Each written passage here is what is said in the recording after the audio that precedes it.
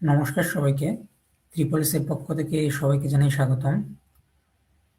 তো আমাদের যে সত্যার্থ প্রকাশ সত্য উন্মোচন পর্বগুলো চলছিল, সেটার আজকে সপ্তম পর্ব।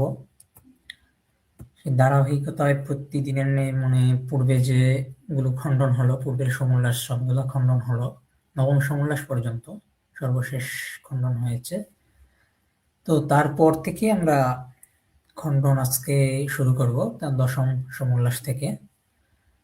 যারা লাইভটি দেখছেন তারা যদি একটু কমেন্ট করেন যে আমাদের ভয়েস ঠিকঠাক আসতেছে কিনা, আপনারা শুনতে পাচ্ছেন কিনা, এটা যদি জানান তাহলে ভালো হয় আর কি। আমি লিঙ্ক কমেন্টে দিয়ে দিচ্ছি, যেহেতু এটা উন্মুক্ত আলোচনা সে কারণে লিঙ্কও উন্মুক্ত থাকবে।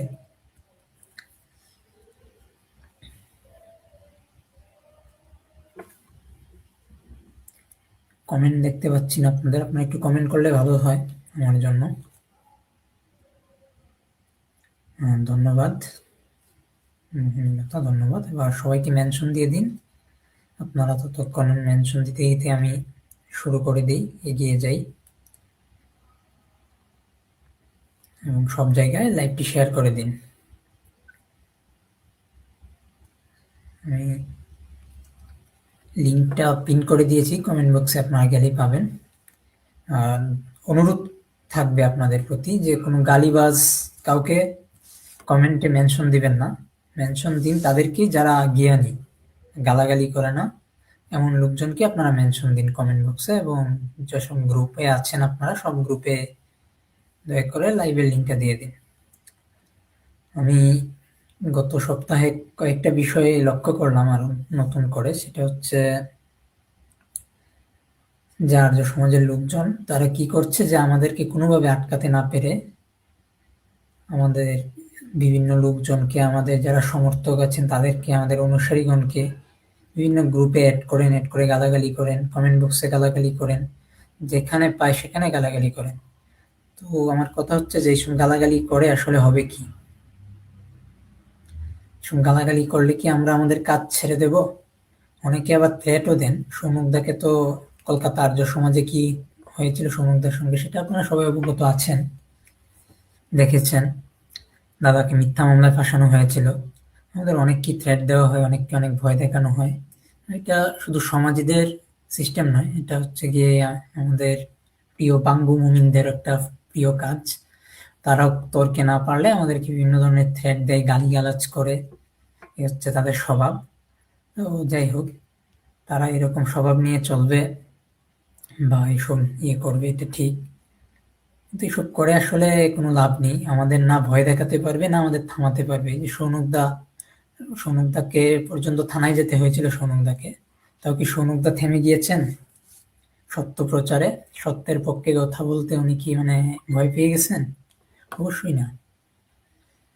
তো আমরা কাউকেই ভয় পাই না, সেটা সমাজই হোক, নামাজি হোক, বৌদ্ধ হোক, খ্রিস্টান হোক, যার ইচ্ছা তার কি আনুন, কোনো সমস্যা নেই। আমরা কাউকে ভয় পাই না। আমরা এইসব থ্রেটকে নিয়ে থাকি না। কমেন্ট দেখা যাচ্ছে কয়েকজনের। আমরা আরো মানুষজন আশা করি, যেহেতু এটা গুরুত্বপূর্ণ একটি লাইভ, কারণ এটা তাদের একটা মূল ভিত্তি বলা যায়।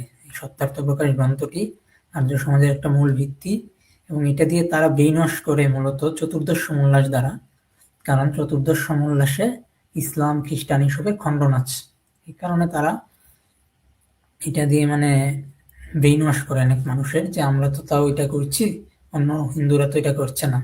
এই একটা কন্ডিশন দেখায়, একটা বিষয় দেখায় যে আমরা কিছু করছি না, হ্যান ত্যান অনেক কিছু। তো যাই হোক, আমি মাত্র 4-5 জনকে দেখতে পারছি। আমি আরো মানুষ বেশি আশা করি এই কারণেই যে সাধারণ হিন্দুদের কাছে এগুলো পৌঁছে যাক, সাধারণ হিন্দুরা এগুলো জানুক, প্রচার করুক বেশি বেশি। আমি এটাই চাই। যারা যারা কমেন্ট করছেন আপনারা দয়া করে শেয়ার করে দিবেন এবং নিজের পরিচিত সকল হিন্দুদের মেনশন করে দিবেন কমেন্টে। তবে কোনো গালিবাজদের আনবেন না এখানে। এটা আমাদের সমর্থনকারী হন বা আমাদের বিপক্ষেই হন, এখানে গালাগালি নিষেধ, টোটালি নিষেধ। আপনার কিছু বলার থাকলে, আলোচনা করতে চাইলে, যৌক্তিক আলোচনা করতে চাইলে লিঙ্ক দেওয়া আছে কমেন্ট বক্সে, সেখান থেকে যুক্ত হয়ে যাবেন। ঠিক আছে? সবার প্রতি অনুরোধ থাকবে। লোকজন এত কম কেন আমি বুঝতেছি না আসলে। দিন দিন আপনাদের আগ্রহ কমছে নাকি অন্য কোনো কিছু, আমি সেটাও বুঝতেছি না।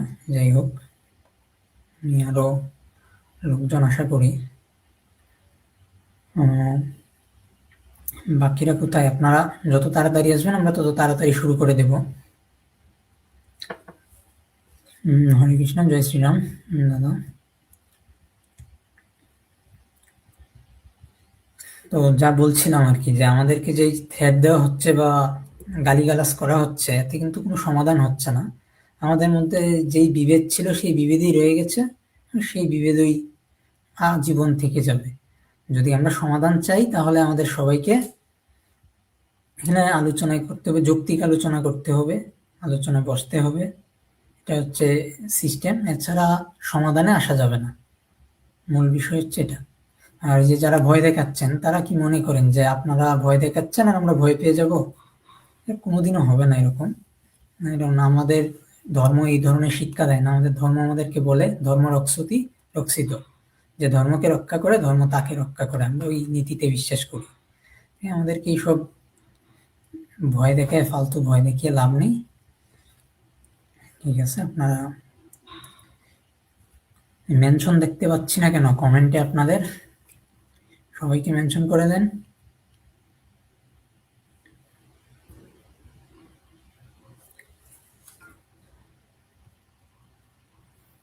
গ্রুপের লোকজন কোথায়? সব আমাদের ত্রিপলিসের লোকজন একজনকে দেখছি, বাকিরা কোথায়? আরেকজনকে দেখা গেল। সবাই চলে আসুন।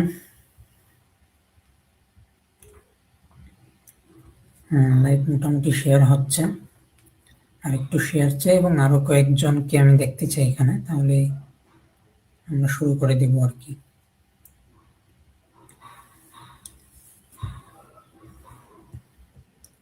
আর আর্য সমাজের লোকজনের কাছে কি আমাদের লাইভগুলো পৌঁছতেছে? কিন্তু প্রথম পর্ব ইউটিউবে আপলোড করে দেওয়া হয়েছে, বাকিগুলো আপলোড করে দেওয়া হবে খুব শীঘ্রই। আমরা এতে খুব একটা বিলম্ব করব না, আমরা চেষ্টা করতেছি যত দ্রুত সম্ভব আপলোড করে দেওয়ার। তো সেগুলো আর্য সমাজের নিকট পৌঁছতেছে কিনা সেটা হচ্ছে একটা বিষয়, পৌঁছাতে হবে। যদি না পৌঁছাতে পারেন ওদের কাছে, বিশেষ করে সাধারণ হিন্দুদের কাছে পৌঁছাতে হবে। অনেকেই লিস্টে নেই এবং মেনশন দিতে পারছি না। আচ্ছা, অসুবিধা নেই, যারা লিস্টে আছেন তাদেরকে মেনশন দিন, সমস্যা নেই। এবং আপনি নিজের প্রোফাইলে শেয়ার করে দিতে পারেন, এতে কোনো সমস্যা হবে না। এবার কমেন্ট দেখা যাচ্ছে সবারই মোটামুটি। জয় মা কালী, নমস্কার সকালকে। হ্যাঁ, নমস্কার। তো আমাদের দেখতে দেখতে দশম সমোল্লাস পর্যন্ত আমরা চলে এসেছি। সম্ভবত একাদশ সমোল্লাস পর্যন্ত লাইভটা চলমান থাকবে, এই লাইভগুলো বা এই সিরিজগুলো। তো আমি বলবো যে মোটামুটি সবাইকে দেখতে পাচ্ছি, আমি আর বেশি বিলম্ব করতে চাই না। আর 1-2 মিনিট দেখবো, তারপরে শুরু করে দেবো আমরা লাইভ। ততক্ষণে আপনারা যে পরিচিত হিন্দুদেরকে মেনশন দিয়ে দিন। আপনারা বলতে পারেন এই যে আমরা ভয় পাই না, কিসের ভিত্তিতে ভয় পাই না ইত্যাদি, বা আমরা কেন ভয় পাই না? কারণ আমরা তো সত্য প্রচার করছি, এখানে ভয়ের কিছু নেই। আমরা ধর্মের পক্ষে কাজ করছি, এবং বিশ্বাস করেন আর না করেন, ধর্ম আমাদেরকে সবসময় রক্ষা করে আসছে শুরু থেকেই। আমাদের কাজের শুরুতে অনেক বাধা বিপত্তি এসেছে, কিন্তু শুরু থেকে আমাদেরকে ধর্ম সবসময় রক্ষা করে এসেছে। তাছাড়া আমি ব্যক্তিগতভাবে রবীন্দ্রনাথ ঠাকুরকে অনেক শ্রদ্ধা করি, ছোট থেকেই অনেক সম্মান করি। আমি ওনার বাণীকে আমি বিশ্বাস করি। উনি আমাদেরকে শিখিয়েছেন যে উদয়ের পথে শুনি কার বাণী, ভয় নাই ওরে ভয় নাই, নিঃশেষে প্রাণ যে করিবে দান, ক্ষয় নাই তার ক্ষয় নাই। প্রাণ দিতেও আমার কোনো আপত্তি নেই, অন্তত ধর্মের জন্য। তো ধর্ম রক্ষার জন্য, সত্যের প্রচারের জন্য আমি প্রাণ দিতেও প্রস্তুত আছি। এবং আমার মনে হয় যারা ধর্মের জন্য নিঃস্বার্থভাবে কাজ করে তারাও এইভাবে প্রস্তুত থাকে। যাই হোক, 10 মিনিট হয়ে গিয়েছে। আমি সৌনকদাকে বলবো যে দাদা আপনার শুরু করে দেই নাকি? লোকজন সবাই চলে এসেছে এবং অপেক্ষা করছে। সৌনকদা শুনতে পাচ্ছেন? হ্যাঁ, এবারে শুরু করে দেওয়া হোক। হ্যাঁ, আপনি শেয়ার করে দিন। হ্যাঁ, আমি স্ক্রিন শেয়ার করে দিচ্ছি। গত রহিম বিশ্বাস, নমস্কার। দাদা বলুন। এই যে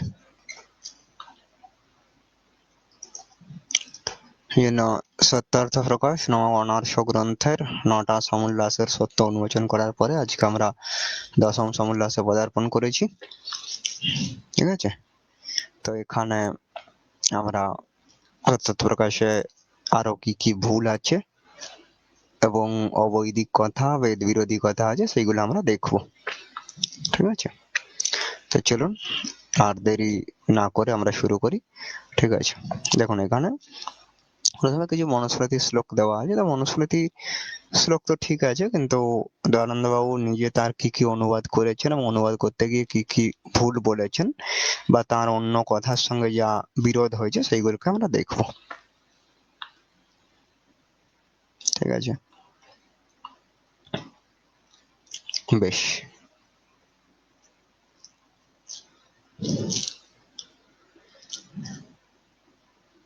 আচ্ছা,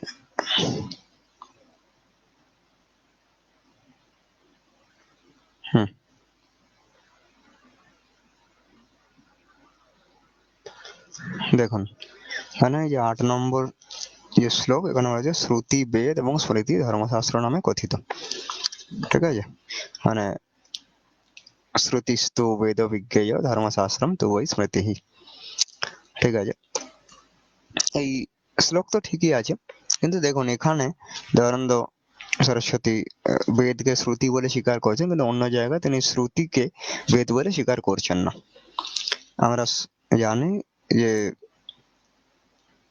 নিরুক্তে এবং অন্যান্য জায়গায় অষ্টাধ্যায়ীতে মহাভাষ্যে শ্রুতি বলে বেদের ব্রাহ্মণ ভাগের থেকে বারবার উদ্ধৃত করা হয়েছে। ঠিক আছে, কিন্তু সেগুলোকে দয়ানন্দ সরস্বতী বেদ বলে স্বীকার করেননি। ঠিক আছে, আমি থেকে একটা জিনিস দেখাই।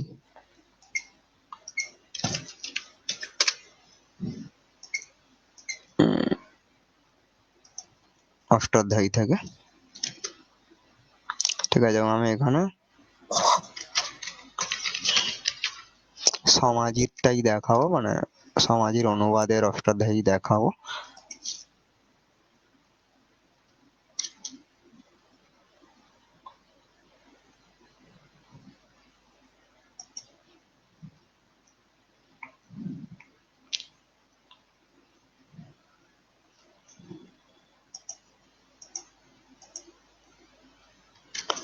ঠিক আছে,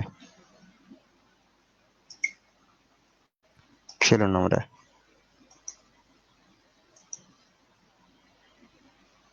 দেখি।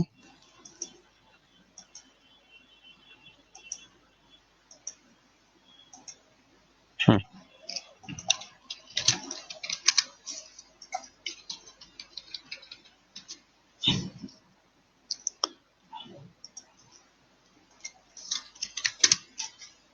হুম,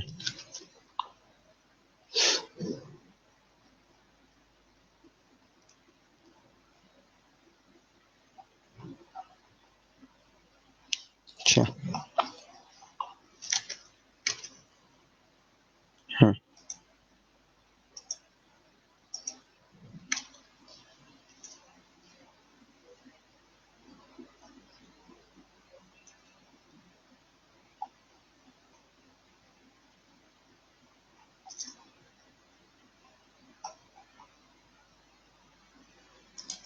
যেমন আমি মানে অষ্টাধ্যায়ী থেকে দেখাচ্ছি আর কি।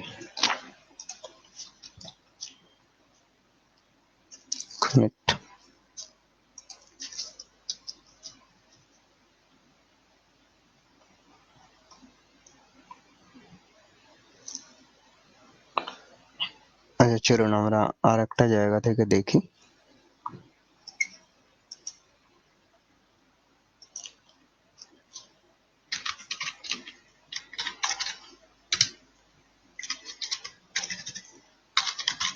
উদয়বীর শাস্ত্রীর করা বেদান্ত দর্শন।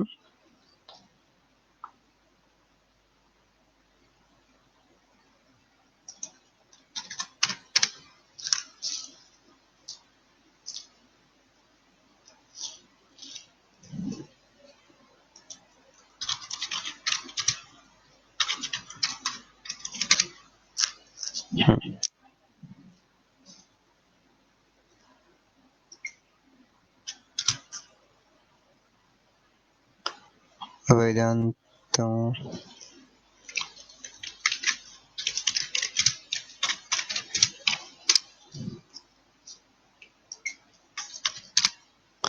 তুমি ততক্ষণ বলো, আমি একটু, হ্যাঁ লোড হয়েছে।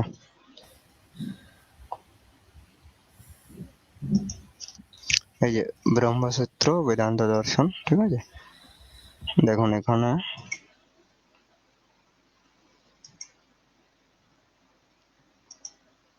এই দ্বিতীয় অধ্যায় প্রথম পাদ শ্রুতেস্তু শব্দমূলত্বাৎ, ঠিক আছে, 2:1-27, ঠিক আছে। এখানে যে উদাহরণ দেওয়া হয়েছে আপনারা দেখুন, যে উদাহরণগুলো এখানে কোথা থেকে দেওয়া হয়েছে। শ্রুতেস্তু শব্দমূল, যে শ্রুতি সে তো শব্দমূল होने से शब्दाश्रय होने से, ঠিক আছে, অর্থাৎ শ্রুতি হলো শব্দ, অর্থাৎ বেদ। এর এখানে শ্রুতির উদাহরণ কোথা থেকে আসছে দেখুন, কঠোপনিষদ 1:3-11, ঠিক আছে। দেখুন সো কামায়াত তৈত্তিরীয় উপনিষদ 2:6, ঠিক আছে। আবার দেখুন ছান্দোক্য উপনিষদ 6:3-2, তারপর দেখুন ঐতরেয় উপনিষদ 3:1, বৃহদারণ্যক উপনিষদ 4:2-4, মানে সবই ব্রাহ্মণ ভাগ থেকে, ঠিক আছে, বেদের ব্রাহ্মণ ভাগ থেকে, তাকে কিন্তু শ্রুতি বলা হচ্ছে, ঠিক আছে। এবারে দেখুন যে এটা কিন্তু সমাজী অনুবাদ, একদমই মানে হিন্দু ও তথাকথিত পৌরাণিকের অনুবাদ নয়, ঠিক আছে। অনুবাদক এটা আমরা দেখেন যে অতিনম ছাপ দেওয়া আছে, যেটা সমাজীরাই ব্যবহার করে, ঠিক আছে। ব্রহ্মসূত্র, বেদান্ত দর্শন, বিদ্যোদয় ভাষ্য, আচার্য উদয়বীর শাস্ত্রী, মানে উদয়বীর সমাজীর অনুবাদ করা। অর্থাৎ সেখানে পরিষ্কার দেখা যাচ্ছে যে শ্রুতি বলতে ব্রাহ্মণ ভাগ থেকে উদাহরণ দেওয়া হয়েছে। আর দেখুন দয়ানন্দ নিজে বলছেন শ্রুতি মানে বেদ, নিজের অনুবাদে বলছেন। তাহলে সমাজীরা কি শ্রুতিকে অর্থাৎ ব্রাহ্মণ ভাগকে বেদ বলে স্বীকার করবেন? না, তারা স্বীকার করবেন না, তারা এখানে কুযুক্তি দিতেই থাকবেন। এবং দয়ানন্দ নিজেও যখন ঋগ্বেদারি ভাষ্যমিকা বেদ সংজ্ঞা বিচার লিখেছেন, যার খণ্ডন এর জন্য আমি এই শাশ্বত সত্য পত্রিকায় একটি লেখা লিখেছি, আপনারা অবশ্যই পড়ে দেখতে পারেন। আর্কাইভে শাশ্বত সত্য এটা বাংলা লিখে সার্চ করলেই পেয়ে যাবেন। তো সেখানে দয়ানন্দ সরস্বতী যে বলছেন ব্রাহ্মণ ভাগ বেদ নয়, তা যে প্রকৃতপক্ষে অশাস্ত্রীয় কথা এবং দয়ানন্দ সরস্বতী নিজের কল্পনা, সেটাকে দেখানো হয়েছে, ঠিক আছে। চলুন আমরা এখানে আবার দেখে নিই।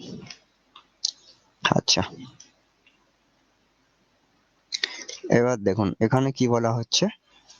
উনি বলছেন যে ব্রাহ্মণের 16 বর্ষে, ক্ষত্রিয় 12 বর্ষে এবং বৈশ্য 24 বর্ষে কৃষান্ত কর্ম করবে, ঠিক আছে। এইটুকু তো মূল শ্লোকের অনুবাদ, কিন্তু এর পরেরটা হলো দয়ানন্দ সরস্বতী নিজের কথা, ঠিক আছে। আপনারা মূল শ্লোকটা আরেকবার দেখে নিন,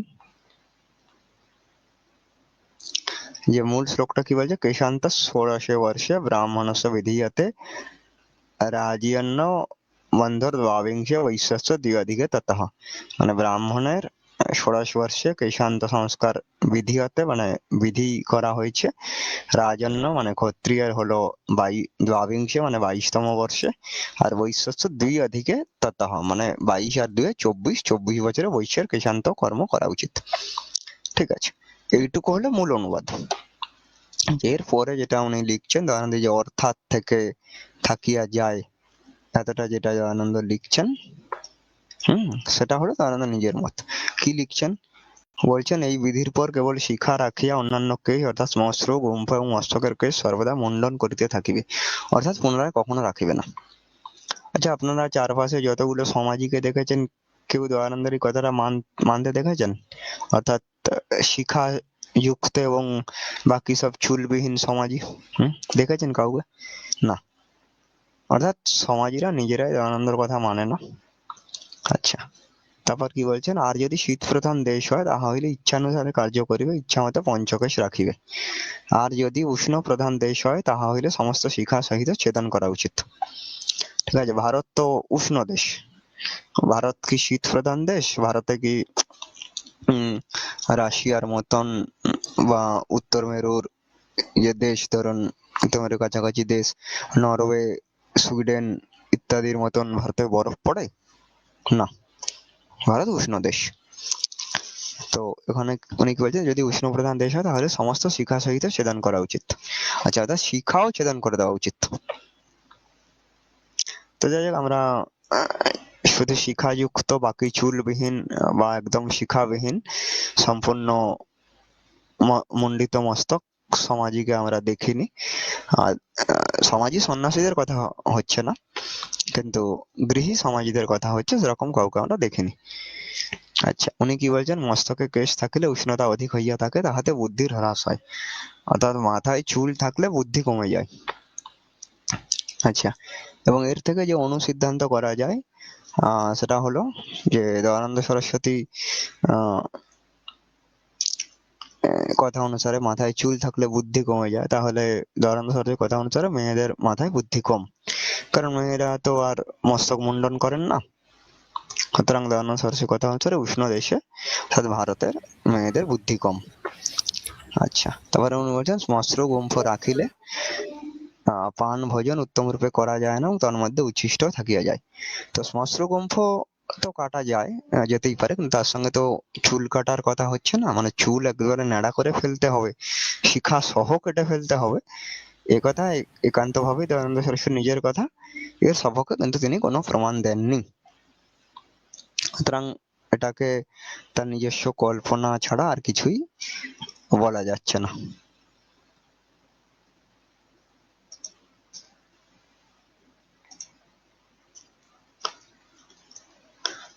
ঠিক আছে, বেশ, চলুন।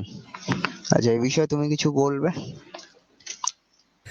এই বিষয়ে বলা যেত, কিন্তু মানে বললে লাইফটা একটু হয়ে যাবে। আমাদের একজন পরিচিত স্টার আছেন যার মাথায় চুল নেই, উনি তাহলে খুব বেশি বুদ্ধিমান নামটা না বললাম, নামটা দর্শকগণ বুঝে নিবেন। হ্যাঁ, হ্যাঁ, হ্যাঁ।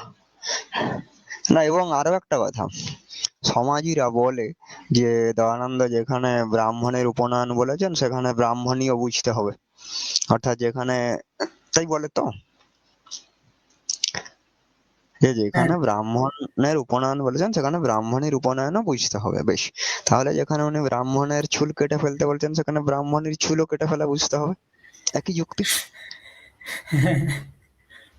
ঠিক আচ্ছা, আছে। আমি তো জানতাম দাদা শিকা যে রাখা হয়, শিকা রাখা মানে এটা অনেক নিয়ম কানুন মানতে হয়, এটাকে বেঁধে রাখতে হয়, তারপর এটা কেটে ফেলা যায় না, এটা কেটে ফেললে নাকি হয়, না, এরকম আমাদের শাস্ত্রে শিখা আছে। কোনো গৃহী কখনোই কেটে ফেলার কথা নয়। দ্বিতীয় ব্যক্তিদের তাদের শিখা সূত্র, তাদের একদম ভূষণ, এটা সবসময় রাখা উচিত। ঠিক আছে, তো সেখানে শিখাও কেটে ফেলতে হবে, এটা দয়ানন্দ সরস্বতী শাস্ত্র বিরোধী, নিজ কল্পনা ব্যতীত কিছুই নয়। আচ্ছা, বেশ, তারপরে আমরা দেখি তিনি আরো কি কি ভুল বলেছেন।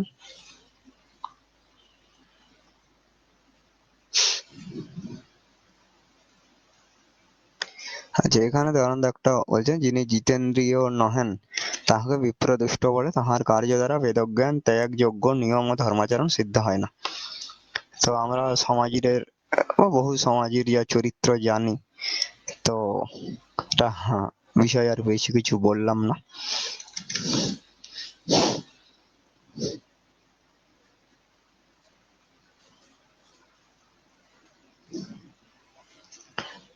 ঠিক আছে,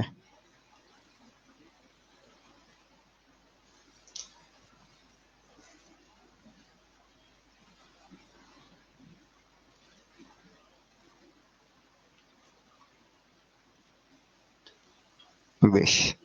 আচ্ছা, এবারে দেখুন দয়ানন্দ কি বলছেন। দয়ানন্দ বলছেন যে বিদেশ যাত্রা কি আচার বিনষ্ট হয়? বলছেন না, মিথ্যে কথা। যে কোনো স্থানে অন্তর্বাহির পবিত্র করা, সত্য ভাষণাদি আচরণ করা হোক না কেন, তার দ্বারা কাহারও কখনো ধর্মভ্রষ্ট হয় না। কিন্তু কেহ যদি আর্যাবর্তে থাকিয়া দুরাচারী হয়, তাহাকে ধর্ম আচার ভ্রষ্ট বলা হয়। ঠিক আছে, যদি ভিন্ন দেশে গমন করলে আচার নষ্ট হয়, তাহলে এরূপ লিখিত হইত না। বেশ, এবার দেখি যে বিদেশ গমন বিষয়ে শাস্ত্র কি বলে, কারণ দয়ানন্দের কথা চূড়ান্ত নয়, শাস্ত্রের কথাই চূড়ান্ত, এবং শাস্ত্রের মধ্যে সর্বপ্রধান শাস্ত্র হলো বেদ, অর্থাৎ বেদ কি বলে। দেখুন, যজুর্বেদের অন্তর্গত বৃহদারণ্যক উপনিষদ। ঠিক আছে, এটা হলো বৃহদারণ্যক উপনিষদ 1, 3, 10। ঠিক আছে, কি বলা হচ্ছে, পাপমনো বিনিয়োদধাত তস্মান্ন জন্ময়াত। আচ্ছা, এখানে বলছেন যে অনুবাদ যে সেই প্রাণ দেবতা এই বাগাদি দেবতা থেকে পাপরূপ মৃত্যুকে হটিয়ে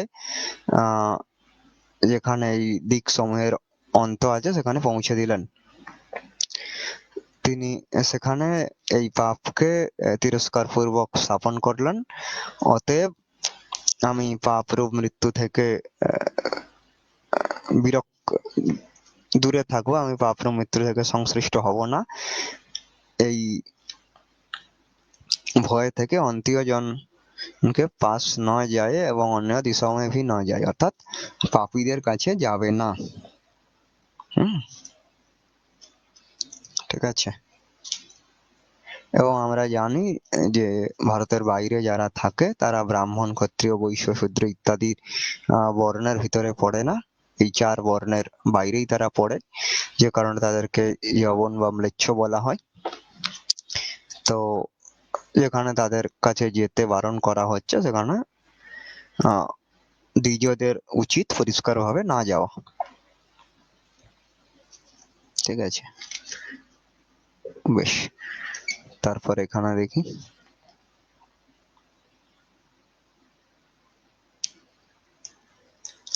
আচ্ছা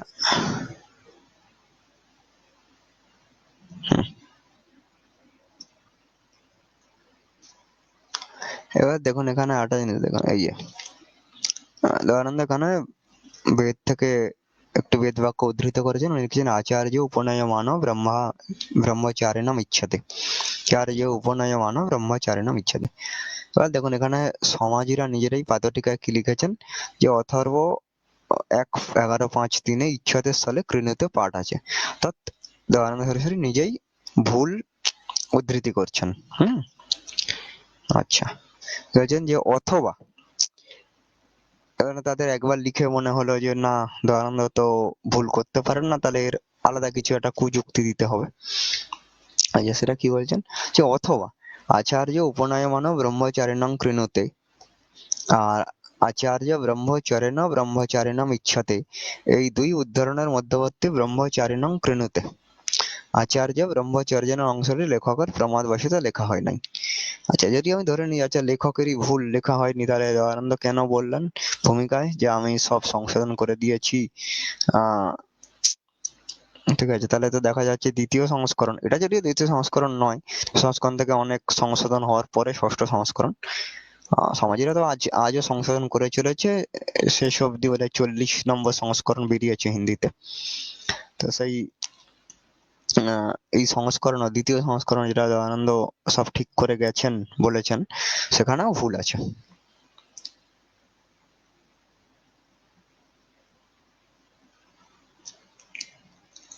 ঠিক আছে, বেশ। আবার দেখুন যে এখানে দয়ানন্দ যে উদ্ধৃতি দিয়েছেন, মাতৃদেব ভব, পিতৃদেব ভব, আচার্য দেব ভব, অতিথি দেব ভব, তৈত্রীয় আরণ্যকে। আচ্ছা, তৈত্রীয় আরণ্যক কৃষ্ণ যজুর্বেদের অংশ, যেটা আমাদের কাছে অর্থাৎ হিন্দুদের কাছে নিঃসন্দেহে বেদ বলে স্বীকৃত, কিন্তু সমাজের কাছে তো বেদ বলে স্বীকৃত না। এমনকি তৈত্তিরীয় ব্রাহ্মণটাই দয়ানন্দের কাছে স্বীকৃত না। দয়ানন্দ বলে গেছেন ঐতরীয়, সাম, শতপথ আর গোপথ, এই 4টে ব্রাহ্মণ পড়বে আর পড়াবে। ঠিক আছে, সমাজী আর্য উনি তো বলেছেন তৈত্তিরীয় ব্রাহ্মণ বৈদিক সাহিত্য থেকে বহিষ্কৃত। আর্যমুনির লেখা মীমাংসা দর্শন ভাষ্য, সমাজী আর্যমুনির লেখা মীমাংসা দর্শন ভাষ্য পড়ে নেবেন, তাতে এই কথাই লেখা আছে। আচ্ছা, অথচ দয়ানন্দ এখানে তৈত্তরারণ্য থেকে উদ্ধৃতি দিচ্ছেন। বাহ। আচ্ছা, তারপরে কি বলা হচ্ছে, এখানে মহাভারত থেকে কিছু উদ্ধৃতি করেছেন। সেটা আবার বলছে এক সময় ব্যাসদেব তার পুত্র সুক এবং শিষ্য সহিত পাতাল অর্থাৎ আধুনিক আমেরিকায় বাস করিতেন। আচ্ছা, কেউ মহাভারতে দেখুন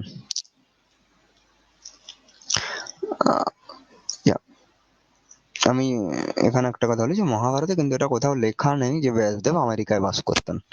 ঠিক আছে, ব্যাসদেব হিমালয়ে বাস করতেন, সেখানে তপস্যা করতেন, যেখানে ব্যাসদেবের যে ব্যাস গুহা এখনো আছে, তীর্থযাত্রীরা যান, দেখেন। কিন্তু তিনি পাতাল বা আমেরিকায় বাস করতেন, এ কথা কোথাও লেখা নেই। আচ্ছা দাদা, আমেরিকা কি পাতালে নাকি? না, সেটাও নয়। আর হচ্ছে আমেরিকা আবিষ্কার যে হয়েছে এটাই তো অনেক পরে, মানে এখানে যে মানুষজনের হ্যাঁ। বসবাস ছিল এরকম তো নয়। হুম। না, ঐতিহাসিক আমেরিকা প্রমাণ নেই। কলম্বাস যাওয়ার আগেও আমেরিকায় মানুষ থাকতো। কে-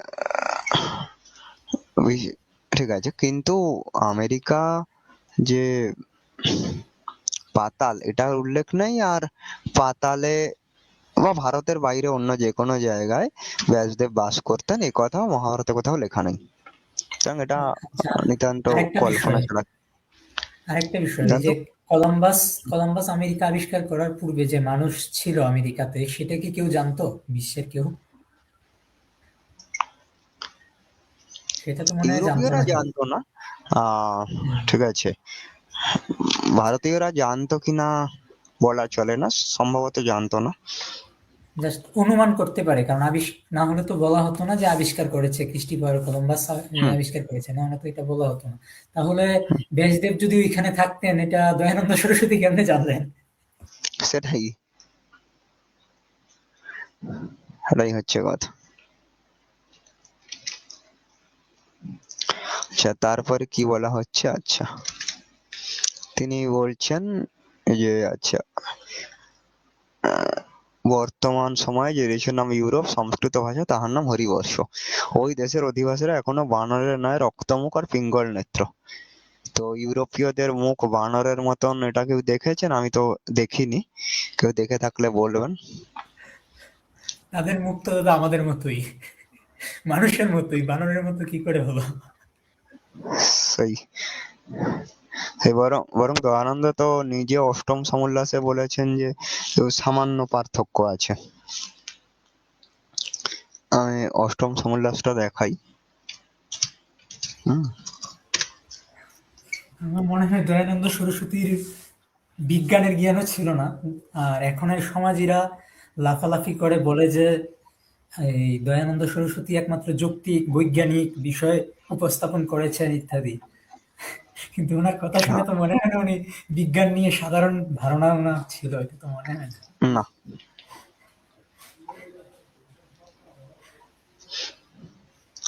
মানে যেটুকু ধারণা মোটামুটি ভুল। হ্যাঁ, হ্যাঁ, সেটাই। ঠিক আছে।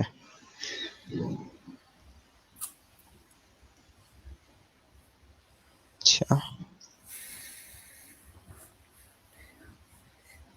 তাই আচ্ছা, মানে সপ্তম অষ্টম সমুল্লাস এই জায়গাতেই আছে।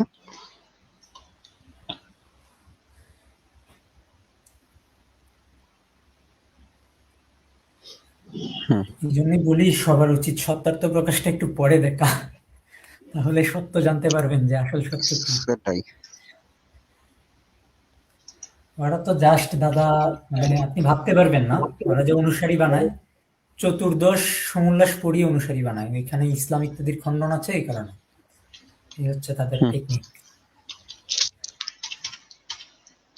ইসলামের বিষয়ে তো পরে আসবে, আগে দেখতে হবে যে দয়ানন্দ সরস্বতী বা যে কেউ, তিনি হিন্দু ধর্ম বিষয়ে কি বলেছেন, তিনি হিন্দু ধর্মের পক্ষে না বিপক্ষে, তিনি ইসলামের পক্ষে না বিপক্ষে, কথা পরে আসবে। সেটাই দাদা, সেটাই তো বুঝে না, কারণ হিন্দুদের কাণ্ড কেউ জ্ঞানের বড়ই ইসলামের অভাব। বিপক্ষে যদি হনও, তিনি যদি হিন্দু ধর্মের বিপক্ষে হন, তাহলে তিনি কি করে আমাদের মিত্র হতে পারেন? তিনি আগে হিন্দু ধর্মের পক্ষে, সেটা আগে দেখতে হবে। তারপরে আহ আমরা দেখবো যে তিনি বাকি ইসলামের পক্ষে, ইসলামের বিপক্ষে, এটা তো পরে আসবে। সেটাই দাদা, এটাই সাধারণ মানুষজন বুঝে না, তারা মানে মনে করে যে ইসলামের বিরোধিতা করা হচ্ছে মানে সে অনেক বড় ধার্মিক। আসলে কিন্তু এরকম না। হুম। আচ্ছা, যদি যদি ইসলামের কথা বলাই হয়, হুম, তো সেখানে আমি একটা জিনিস বলি, আচ্ছা ইসলামের সব থেকে ভালো খণ্ডন তো দুটো গোষ্ঠী করেছেন বা করে থাকেন। একটা হলো খ্রিস্টানরা, আর আর একটা হলো ইসলাম থেকে নিরীশ্বরবাদী হয়ে যাওয়া ব্যক্তিরা। ঠিক আছে, তো তাহলে তাদের অনুসরণ করা উচিত। তাহলে সমাজের যুক্তি অনুসারে সমাজের খ্রিস্টান হয়ে যাওয়া উচিত। অবশ্য সমাজেরা এমনিতেও অর্ধ খ্রিস্টান, তো সমাজে হয় খ্রিস্টান হয়ে যাওয়া উচিত, না নিরীশ্বরবাদী হয়ে যাওয়া উচিত।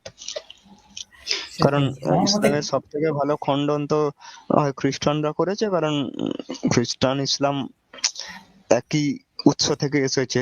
খ্রিস্টান ধর্মের যিশু এবং তার আগের যে প্রেরিত পুরুষ তাদেরকে ইসলাম নবী বলে স্বীকার করে। ঠিক আছে। আর যারা ইসলাম ইসলাম ধর্মে জন্মেছেন, আহ তারপরে ইসলাম ত্যাগ করেছেন, সেই নিরীশ্বরবাদীরা ইসলামের খুব ভালো খণ্ডন করেছেন। তাহলে নিরীশ্বরবাদী হয়ে যাওয়া উচিত। ঠিক দাদা, এমনকি তাদের দর্শনও তো হচ্ছে তিন তত্ত্ব নিয়ে, যেটা সনাতন হুম কোনো হুম। প্রাচীন পরম্পরায় মানা হয়নি, তিন তত্ত্বের দর্শন। এমনকি আরেকটি বিষয়, তারা মনে করে বেদ হচ্ছে ঈশ্বরীয় গ্রন্থ, অর্থাৎ কোরআনের মতো। যেমন কোরআন আল্লাহ নাজিল করেছে, তেমনি বেদকে ঈশ্বর নাজিল করেছে। এটা হচ্ছে তাদের। একদম। আচ্ছা, এখানে এখানে কি বলছেন দয়ানন্দ, যে এই পৃথিবীতে মনুষ্যের সৃষ্টি যেরূপ আকৃতি অবয়ব অন্য লোকের কি তদ্রূপ না তদ্বিপরীত। তিনি বলছেন আকৃতির কিছু প্রভেদ হওয়া সম্ভব। এই পৃথিবী যেমন চীন, আফ্রিকা, আর্যাবর্ত এবং ইউরোপ প্রভৃতি দেশে অবয়ব, বর্ণ, রূপ এবং আকৃতি কিঞ্চিৎ কিঞ্চিৎ পার্থক্য আছে, লোক লোকান্তরে সেই রূপ আছে। আচ্ছা, আর এখানে উনি বলে দিচ্ছেন যে ইউরোপের অধিবাসীদের হলো বানরের ন্যায় রক্তমুখ, পিঙ্গল নেত্র। আচ্ছা, তারপরে উনি বলছেন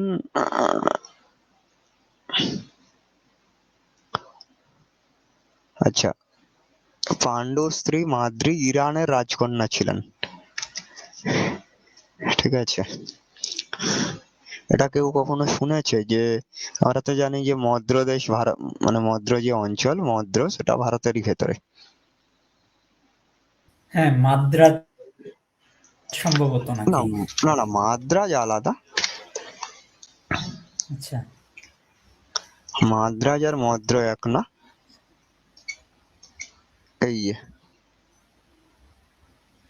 মদ্র কোথায়? মদ্র হচ্ছে কাশ্মীর, আর এটা হচ্ছে মধ্য পাঞ্জাব ইত্যাদি। হুম, অর্থাৎ পাঞ্জাব থেকে কাশ্মীর এই জায়গায়। আচ্ছা, কুন্তির বিষয়টা আবার একটু দেখান তো। কুন্তির যে বিষয়টা বললেন, সত্যার্থ প্রকাশ। কোথায়? সত্যার্থ এখানে না। প্রকাশে যে কুন্তির বিষয়টা বললেন, এখানে না, সত্যার্থ প্রকাশ থেকে। হ্যাঁ, এটা আবার একটু দেখান। হ্যাঁ। হুম। তারপরে বলছেন পাতাল অর্থাৎ আমেরিকার রাজকন্যা উলুপির সহিত অর্জুনের বিবাহ হইয়াছিল। আচ্ছা। চলেন দেখে নি উলুপি কোথাকার ছিলেন।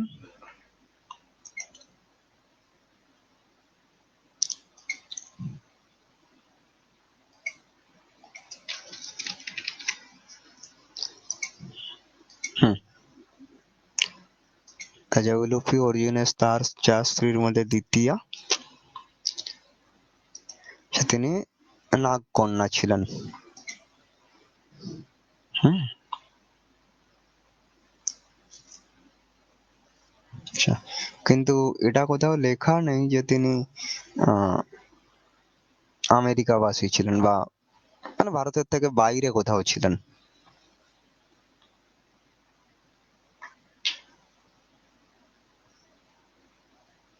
আচ্ছা, বেশ।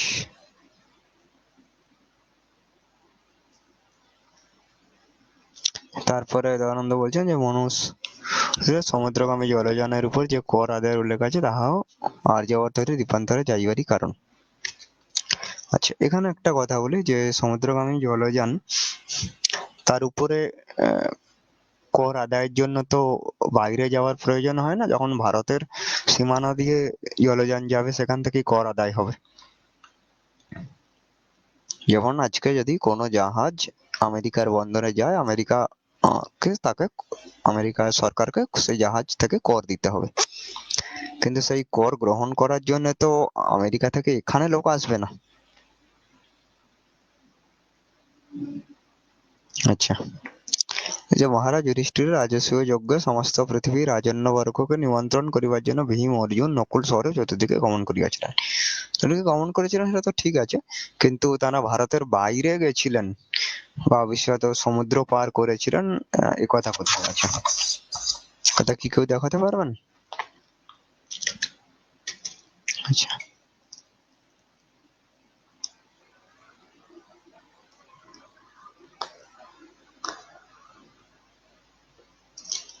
আচ্ছা, মানে বলছেন অনার্য দিকে সহিত ব্যবহার ও গুণ গ্রহণে কোনো দোষ নাই।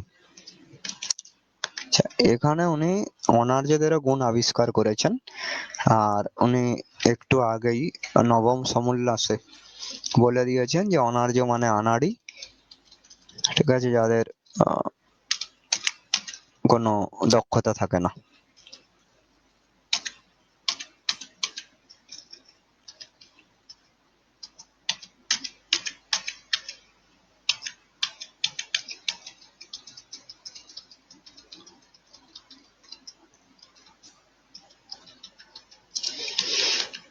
হুম,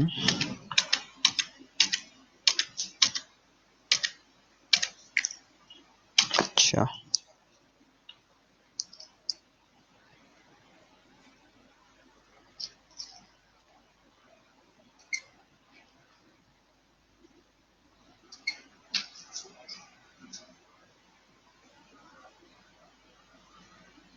হুম,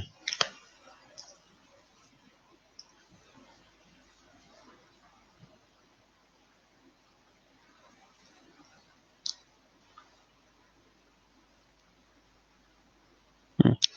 উনি বলছেন যে শূদ্রের নাম অনার্য অর্থাৎ আনাড়ি।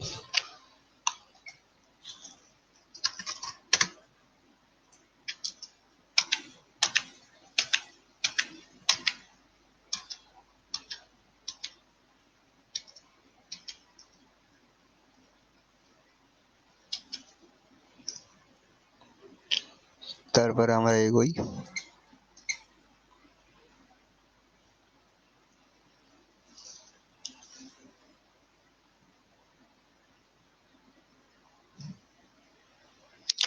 এখানে উনি বলছেন যে যদি কোনো দেশের অধিবাসীরা কেবল স্বদেশেই বাণিজ্য করে এবং বিদেশিগণ তাহাদের দেশে আসিয়া বাণিজ্য ও রাজত্ব করে, তবে সে দেশে দারিদ্র্য দুঃখ ব্যতীত অন্য কিছুই হইতে পারে না।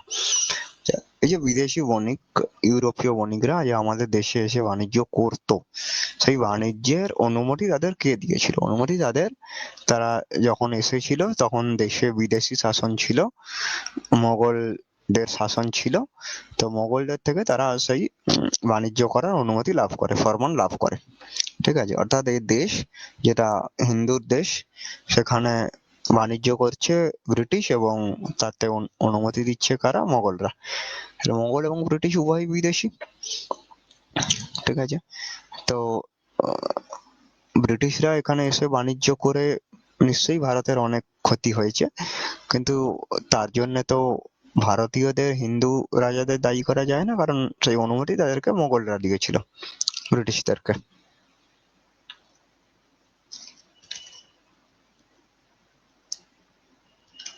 আচ্ছা, এবারে কি বলা হচ্ছে যে ভণ্ড ধূর্তরা জানে যে জনসাধারণকে বিদ্যা শিক্ষা ও দেশ দেশান্তর গমনে অনুমতি দেওয়া হইলে তাহারা বুদ্ধিমান হইয়া উঠিবে এবং প্রতারণা জালে পতিত হইবে না।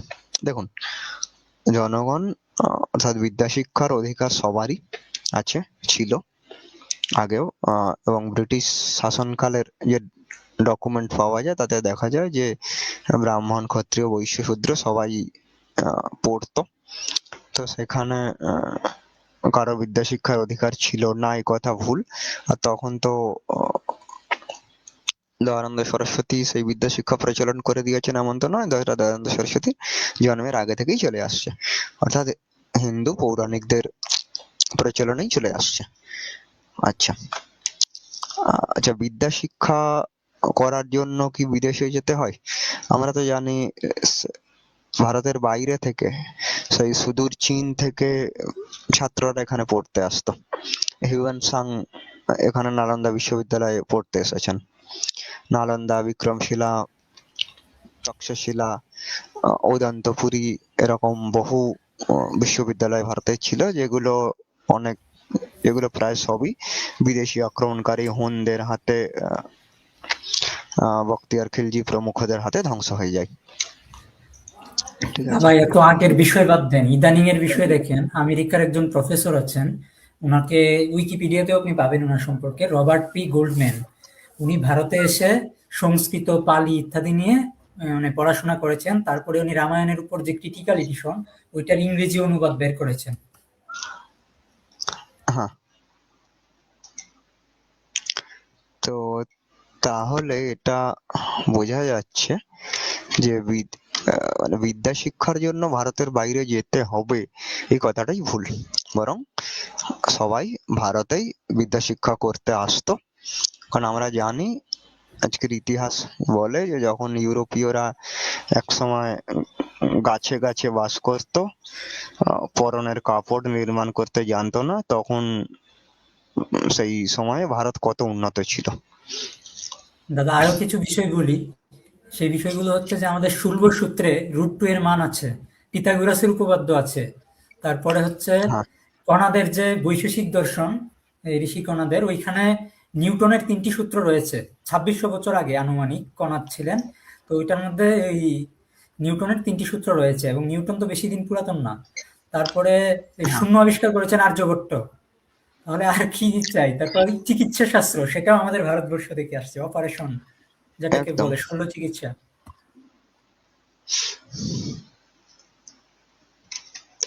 একদম। আচ্ছা,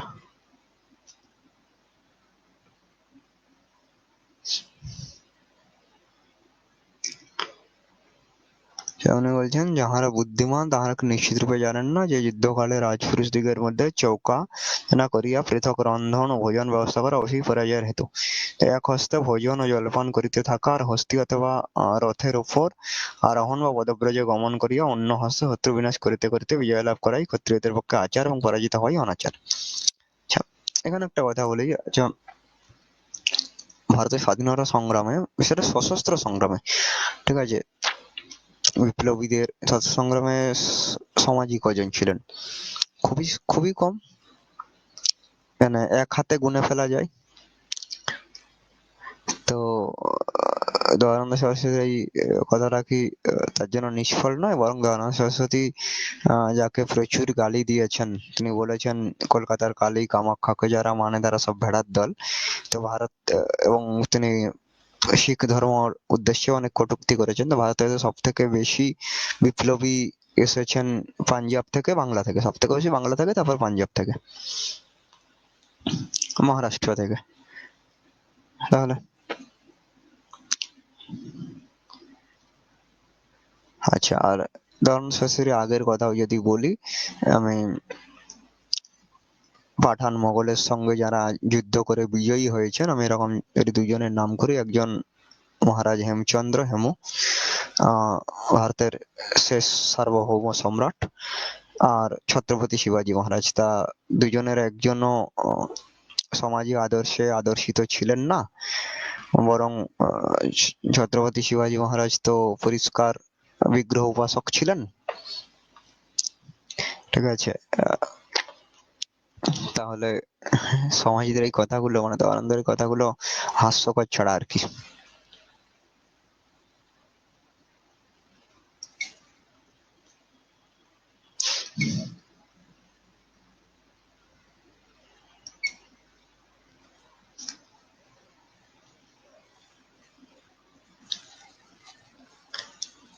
বেশ।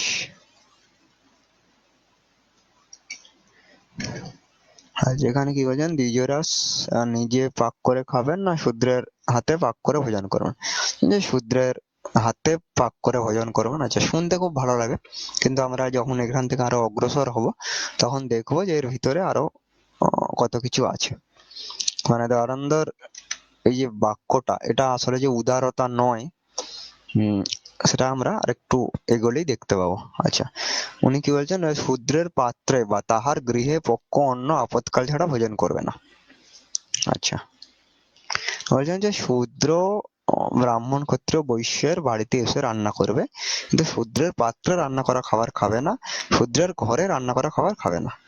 বেশ, তারপরে উনি কি বলছেন, তারপরে উনি বলছেন আর্যদের ঘরে শূদ্র অর্থাৎ মূর্খ স্ত্রী পুরুষরা রন্ধন করবে।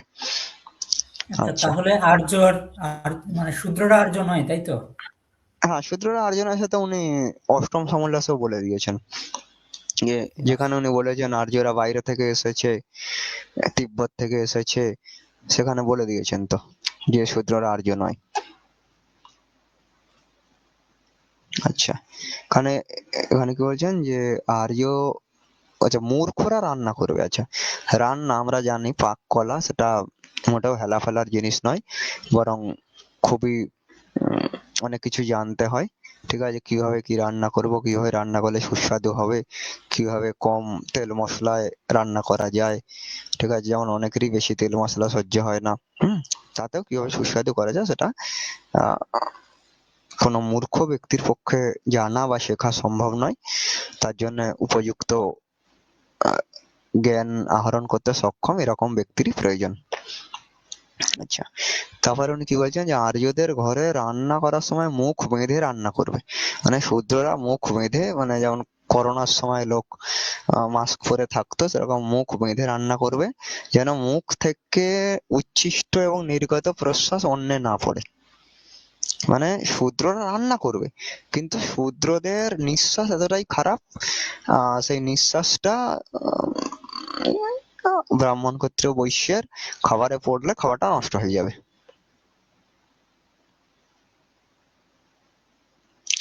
এর থেকে ভালো যে শূদ্ররা রান্নাই করবে না।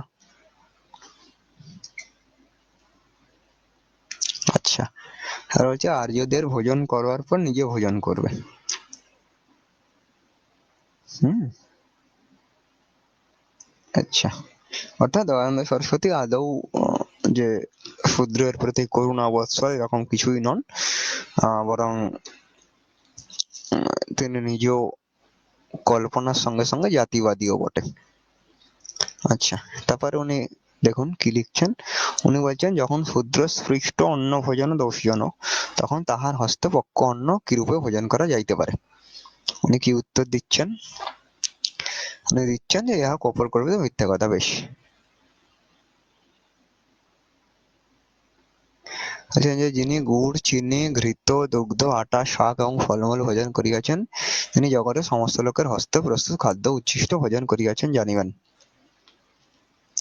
যখন শূদ্র চামার মেথর মুসলমান এবং খ্রিস্টান প্রভৃতি ক্ষেত্র হইতে ইক্ষু কর্তন করে, ছাড়ায় এবং পেষণ করে, রস নির্গত করে, তখন মল মূত্র পরিত্যাগ করিবার পর হাত না ধুইয়াই উহা স্পর্শ উত্তোলন করে এবং ধরে ইক্ষুদণ্ড অর্ধেক চুষিয়া রস পান করিয়া বাকি অর্ধেক তন্মধ্যে নিক্ষেপ করে। রস পাক করিবার সময় রসে রুটিও সিদ্ধ করিয়া ভোজন করে। এর এখানে মজার কথা হচ্ছে যে উনি মুসলমান খ্রিস্টানের সঙ্গে শূদ্রকে একাসনে বসিয়ে দিয়েছেন। শূদ্র যে আর্য, আর্যদের ভেতরে, তাকে উনি মুসলমান খ্রিস্টানের সঙ্গে একাসনে বসিয়ে দিচ্ছেন। এটাই সব থেকে আশ্চর্যজনক কথা।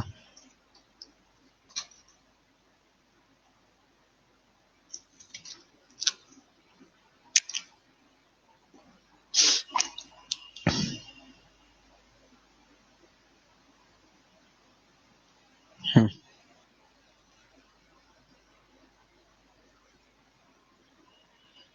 হুম। আচ্ছা, দেখুন এখানে একটা কথা বলি যে দয়ানন্দ বলছেন মুসলমান খ্রিস্টান প্রভৃতি মাংসাহারী ও মদ্যপায়ী দিগের হস্তে প্রস্তুত অন্ন ভোজনে আর্যদিগের মদ্যপান ও মাংসাহার অপরাধ হইতে পারে। আচ্ছা, এ কথাটা ঠিকই যে মুসলমান খ্রিস্টান এদের হাতে বানানো অন্ন আর্যদের ভোজন করা উচিত না। কিন্তু যদি আমি সমাজের কথা দেখি, বিশেষত বাংলাদেশি সমাজের কথা দেখি, বাংলাদেশি সমাজীদের তো মুসলমানের হাতে বানানো খাবার শুধু নয়, মুসলমানের সঙ্গে বসে তারা মাংস, হালাল মাংস, এমনকি গরুর মাংসও খেয়েছে।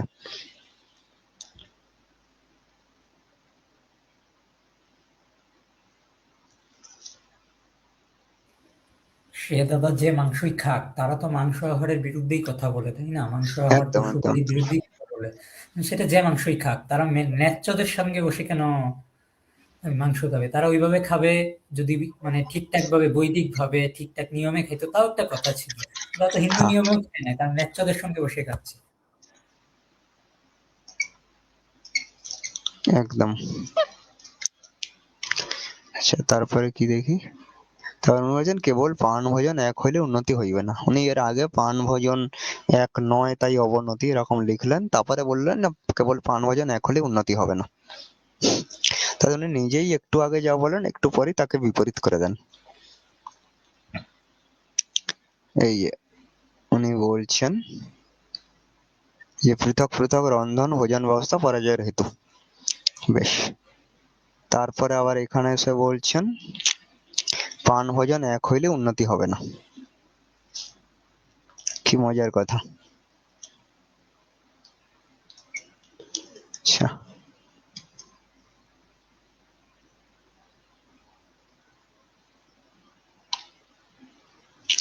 যে আর্যদিগের বিদেশী রাজত্ব হওয়ার কারণ কি। আর্যদিগের পরস্পরের মধ্যে অনৈক্য, মতভেদ, ব্রহ্মচর্য, পঠন পাঠন অভাব, বাল্যকালে অস্বয়ংবর বিবাহ, বিশ্বাসক্তি, মিথ্যা ভাষণ প্রভৃতি দোষ এবং বেদ বিদ্যা প্রচারের অভাব ইত্যাদি কুকর্ম আর্যাবর্তে বিদেশীয় রাজত্বের কারণ। তেমন বিদেশীয় রাজত্বের কারণ বা তার আগেও অবৈদিক মতের প্রসার। দেখুন ভারতে তো যখন বৌদ্ধ জৈনরা প্রসারিত হয়েছে তারপরেই কিন্তু বৌদ্ধদের জৈনদের এই অহিংসা থেকে সেখানে বিদেশিরা এসে আক্রমণ করে আহ, তাদের অধিকার স্থাপন করতে তাদের বিদেশিদের সুবিধা হয়েছে। ঠিক আছে। এবং ঐতিহাসিক বিচারেও এই বাংলাতেও যেখানে আজকে এত ইসলাম ধর্মাবলম্বী মানুষ আছেন, সেখানে কিন্তু ঐতিহাসিকদের বিচারে এটাই পরিষ্কার যে আগে এখানে যে বৌদ্ধরা ছিলেন সেই বৌদ্ধরাই কালক্রমে ইসলাম ধর্ম গ্রহণ করেছেন। অর্থাৎ হিন্দুদের থেকে কিন্তু আহ, ইসলাম ধর্ম গ্রহণ করা অনেক কম। এটা আমার নিজের কথা না, এটা রিচার্ড ইটনের কথা। ঠিক আছে। সুতরাং জাতিভেদের জন্য হিন্দুরা মুসলমান হয়ে গেছে, খ্রিস্টান হয়ে গেছে, এটা একদমই ভুল কথা।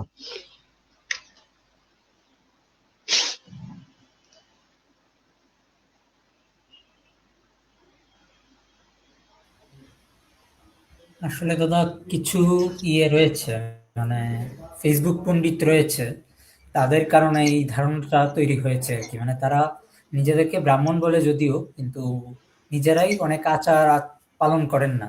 এই কারণে অনেক হ্যাঁ ব্রাহ্মণের মানে নাম খারাপ হয়েছে।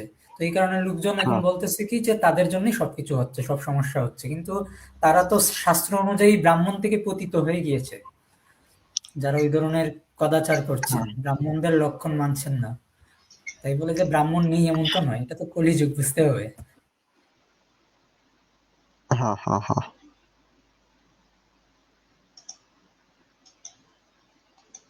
হ্যাঁ, ঠিক কথা। আচ্ছা, এখানে উনি কি বলছেন দেখো, মহাভারতের যুদ্ধে সকলে যুদ্ধস্থলে বাহনের উপর থাকিয়াই পান ভোজন করিতেন। পরস্পরের মধ্যে অনৈক্য বশত কুরু পাণ্ডব এবং যাদবদিগের সর্বনাশ ঘটিয়াছিল। দেখুন ওনার নিজের কথা অনুসারে যে পান ভোজন এক থাকলেও আহ তাতে মানুষের সর্বনাশ হওয়া আটকায় না। হুম। আচ্ছা, কি বলছেন ভক্ষাভক্ষে দুইটি ভেদ, ভক্ষাভক্ষ দ্বিবিধে, ধর্মশাস্ত্রোক্ত চিকিৎসা শাস্ত্রোক্ত।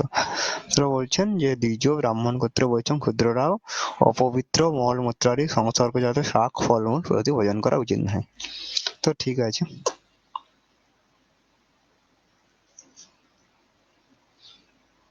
আচ্ছা,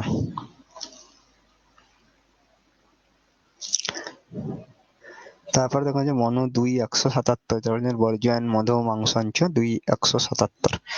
ঠিক আছে, এটাকে আমরা মনুসংহিতা থেকে দেখি। এই যে দেবানন্দ কি বলছেন আর মনুসংহিতা কি বলছে।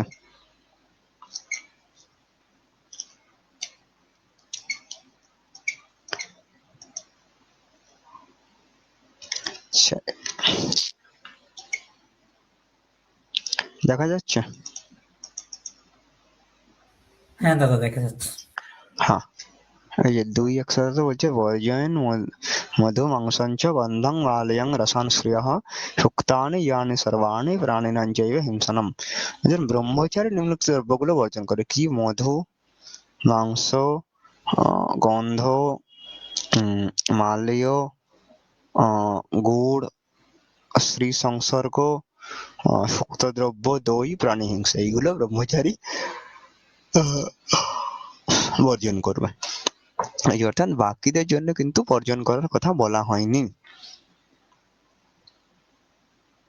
ঠিক আছে? তো হ্যাঁ দাদা, সামনে যান। যেমন ব্রহ্মচারীর ধর্ম এবং গৃহস্থের ধর্ম, বানপ্রস্থির ধর্ম এবং সন্ন্যাসী ধর্ম এক নয়। ব্রহ্মচারী এবং সন্ন্যাসী স্ত্রী সঙ্গ নিষেধ, কিন্তু গৃহস্থের জন্য স্ত্রী সঙ্গ অনুমোদিত। তো সেই জন্য আলাদা আলাদা ব্যক্তির জন্য আলাদা আলাদা সময়ে ধর্ম আলাদা আলাদা হয়, মানে করণীয় অকরণীয় আলাদা আলাদা হয়। তো সেটাকে না বুঝে তো অন্যরকম লেখাটাই বা অন্যরকম বোঝাটাই হলো ভুল।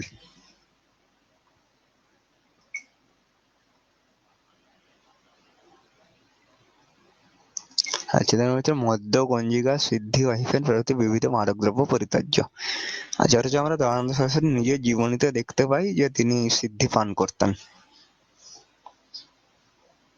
তাই তো? এটা দয়ানন্দ সরস্বতী একদম সমাজে লিখিত জীবনী, দয়ানন্দ চরিত বাংলায় আছে, ঠিক আছে? সেখানে আপনারা পেয়ে যাবেন।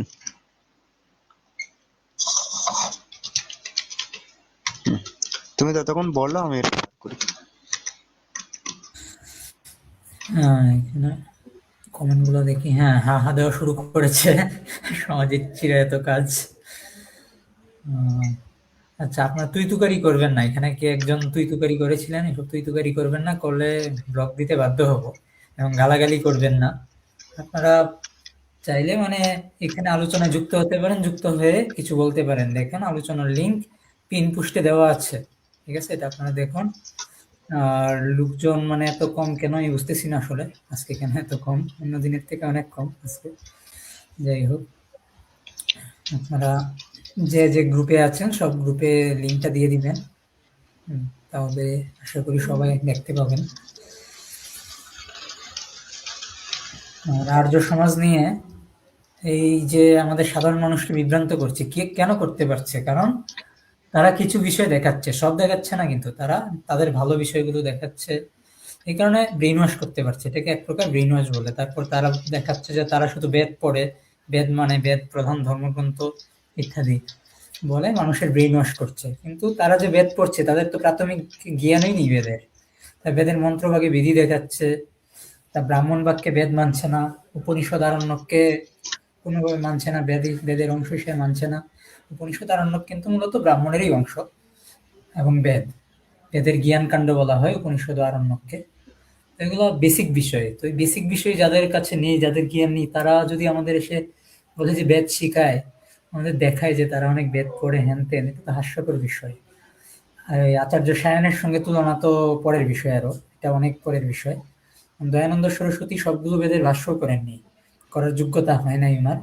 শুধু যজুর্বেদের একটা শাখার ভাষ্য করেছিলেন, আর ঋগ্বেদের একটা শাখার সপ্তম মণ্ডল পর্যন্ত কিছু অংশ করেছিলেন, ঠিক আছে? আর করতেই পারেননি। তাহলে ওনার সঙ্গে সায়নাচার্যের তুলনা হয় কি করে? সায়নাচার্য তো বেদের প্রায় মানে আমাদের যে চার বেদ আছে, চার বেদের প্রায় কোনো না কোনো শাখার ভাষ্য করেছেন, ব্রাহ্মণ ভাগের ভাষ্য করেছেন। তো ওনার সঙ্গে তুলনাই হয় না। এক কথায় বললে ওনার সঙ্গে তুলনাই হয় না। তুলনা দেওয়াটাই বোকামি। আগে প্রাথমিক বিষয়টা ক্লিয়ার করুক তারা। তারা যে প্রাথমিক বিষয় জানে তাদেরকে আপনারা জিজ্ঞাসা করবেন যে বেদের সংজ্ঞা কি, শাস্ত্র থেকে দেখাতে। দেখবেন আটকে গেছে, সব আটকে গেছে। আর কেউ ইয়ে করতে পারবে না, উল্টাপাল্টা বুঝাবে। যে সে বলবে যে বেদ মানে জ্ঞান, হ্যান ত্যান, বেদ ধর্মের মূল, এই সেই সব ইত্যাদি অনেক কিছু বলবে। কিন্তু বেদের সংজ্ঞাটা কি সেটা তারা কিন্তু বলতে পারে না। যারা বেদের সংজ্ঞাই জানে না তারা নাকি বেদ প্রচার করে, তারা নাকি বেদ মানে। ভাবুন, কতটা হাস্যকর একটা বিষয়। তো কমেন্টে আপনাদের কারোর যদি কোনো প্রশ্ন থাকে সত্যার্থ প্রকাশের উপর বা তাহলে আমাদের এখানে আসতে পারেন, এসে জয়েন হয়ে প্রশ্ন করতে পারেন। আর আপনারা লিঙ্কটা সব জায়গায় শেয়ার করে দেন, নিজ নিজ প্রোফাইলেও শেয়ার করে দিবেন কৃপা করে। আমাদের বিষয় হচ্ছে সবার কাছে পৌঁছিয়ে দিতে হবে, প্রচারটা চাই আমাদের। প্রচারটা হচ্ছে না, এটা হচ্ছে মূল সমস্যা। আপনারা যদি প্রচার করেন তাহলে তাদের কাছে পৌঁছবেই, এমন না যে তাদের কাছে পৌঁছে না, তারা কিন্তু জানে, সৌনকদাকে চেনে, জানে। তারপরে তারা যদি ডিবেটে আসতে চায় আসুক। আমাদের পক্ষ থেকে 5টি শর্ত দেওয়া হয়েছে, এই শর্তগুলো আমরা বলে দেবো, সমস্যা নেই। সৌনকদা কি বের করে ফেলেছেন? না, ওটা সূচিপত্র অনুসারে ঠিক পাওয়া যাচ্ছে না, যাই হোক আমি কেউ এটা চ্যালেঞ্জ করলে আমি দেখিয়ে দেবো। ঠিক আছে, তাহলে আমরা সামনে আগাই।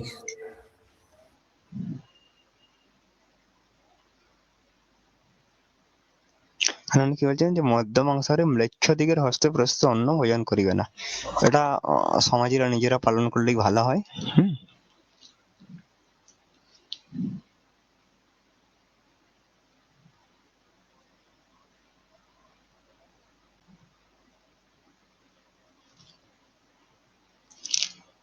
বেশ।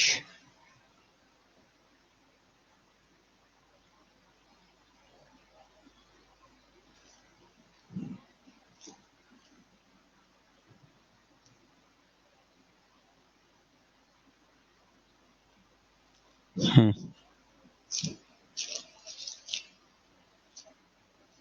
হুম মানে উনি কি বলছেন যে হয়তো উনি বলছেন অনিষ্টকারী পশুকে বধ করা রাজপুরুষদিগের কর্তব্য। বেশ। আবার সমাজীরা এটাও বলেন যে বেদে সব পশুর বধ নিষেধ করা আছে। তো এটা দ্বিচারিত ছাড়া কিছুই নয়।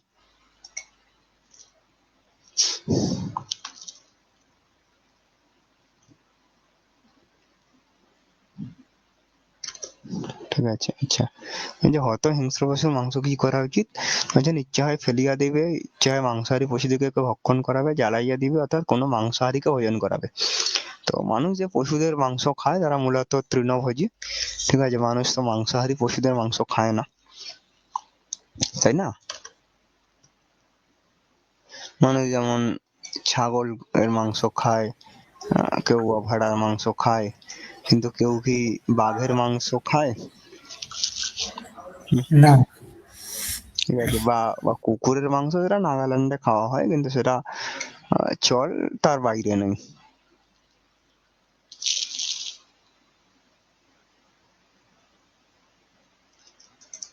বেশ।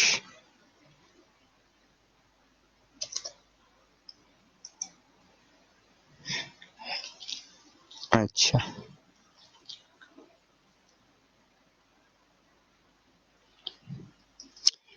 যে আয়ুর্বেদোক্ত ভক্ষ যে সকল বস্তু দ্বারা স্বাস্থ্য লাভ, রোগনাশ, বুদ্ধি, বল, পরাক্রম, আয়ুর্বৃদ্ধি হয়, সেই তণ্ডুল, গোধূম, ফলমূল, গন্ধ, ঘৃত, দুগ্ধ, মিষ্টান্ন ইত্যাদি যথাযুক্তভাবে পাক ও মিশ্রিত করিয়া যথাসময়ে পরিমিত ভোজন করাকে ভক্ষ বলে। এবারে আমরা আয়ুর্বেদ থেকে দেখাবো যে আয়ুর্বেদ অনুসারে কিন্তু মাংস বিহিত।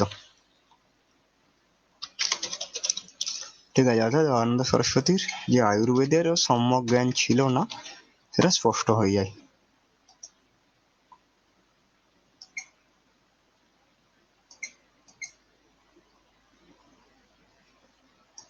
হুম, চলুন আমরা দেখে নিই। অর্থাৎ দেখা যাচ্ছে যে দয়ানন্দ সরস্বতী যাই বলছেন তাই থেকে একটা করে ভুল বেরিয়ে আসছে,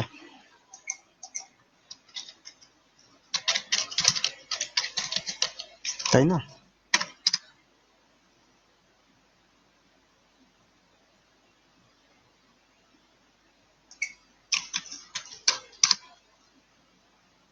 আচ্ছা, তুমি কিছু বলবে? আমি কি বলবো, আমি কমেন্ট দেখতেছি হ্যাঁ লোকজনের, আর করতেছি। অনেকদিন ধরে তো চলতেছে, মোটামুটি 7টা পর্ব হয়ে গেল আমাদের, তাও পুরোপুরি শেষ হলো না, এটা অনেক বড়।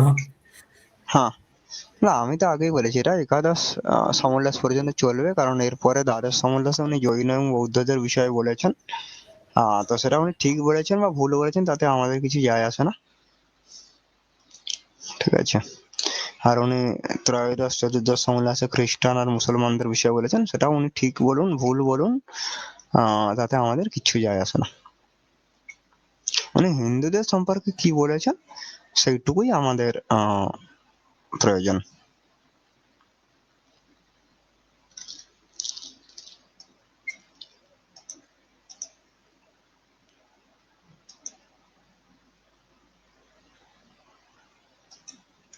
ঠিক আছে, আমি এখানে একটা দেখাই।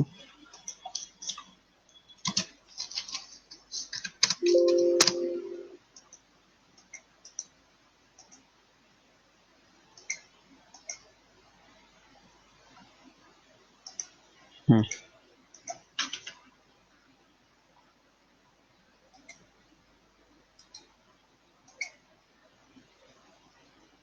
হুম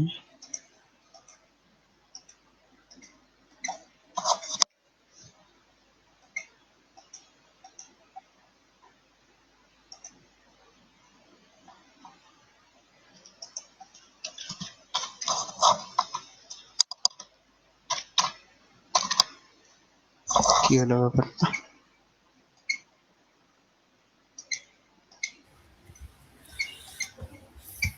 আচ্ছা দাদা, একজন কমেন্ট করেছেন, এটা আপনি একটু দেখুন, পুরোটা আসবে হ্যাঁ, না। কি কি কমেন্ট করেছে? আচ্ছা, সত্যার্থ প্রকাশ কোনো ধর্মগ্রন্থ নয়। সত্যার্থ প্রকাশ কোনো ধর্মগ্রন্থ নয়। আচ্ছা বেশ, এই জিনিসটাকে আমি দেখাই।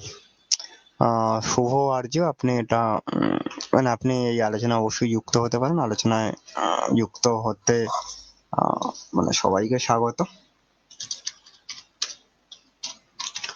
চলুন আমরা এটা দেখে নিই যে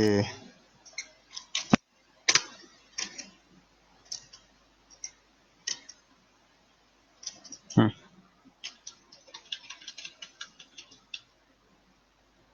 না এটা নয়, 1 মিনিট। সরি, আমি দেখাচ্ছি, মানে যেটা দেখাবো তো অবশ্যই দেখাবো। শুভদা লাইভের লিংক আপনি পিন কমেন্টে পেয়ে যাবেন। ঠিক আছে, চলে আসেন, চলে এসে এখানে যা বলার বলুন, কোনো সমস্যা নেই। হ্যাঁ,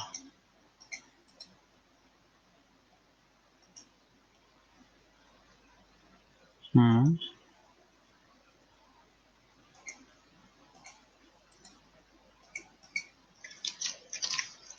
চলুন আচ্ছা আমরা, শুভ, আর আমরা আড়ালে থেকে আচ্ছা কি করছি? আড়ালে এই যে আমরা হ্যাঁ হ্যাঁ, পরিচয় এটাই লুকিয়ে বলতেছি। কিছু করছি। আপনাকে চেহারা দেখাতে হবে, যদি তাও বলেন তাও দেখাতে রাজি আছি আমরা, কোনো সমস্যা নেই। আপনি নিজেও আসুন ক্যামেরা অন করে, আমরাও ক্যামেরা অন করবো, কোনো সমস্যা নেই। তারপর আপনাকে বলা হয়েছিল, আমি যদি ভুল না করি, সৌনকদা আপনাকে বলেছিলেন যে আপনার এবং সৌনকদার মধ্যবর্তী কোনো রেল স্টেশনে বসার জন্য। আসুন, আপনি তো আসেননি। আপনি নিজেই তো ভয় পাচ্ছেন, ভয়ে পালিয়ে বেড়াচ্ছেন, আরেকজনকে কি করে এইসব কথা বলেন? সেটাই।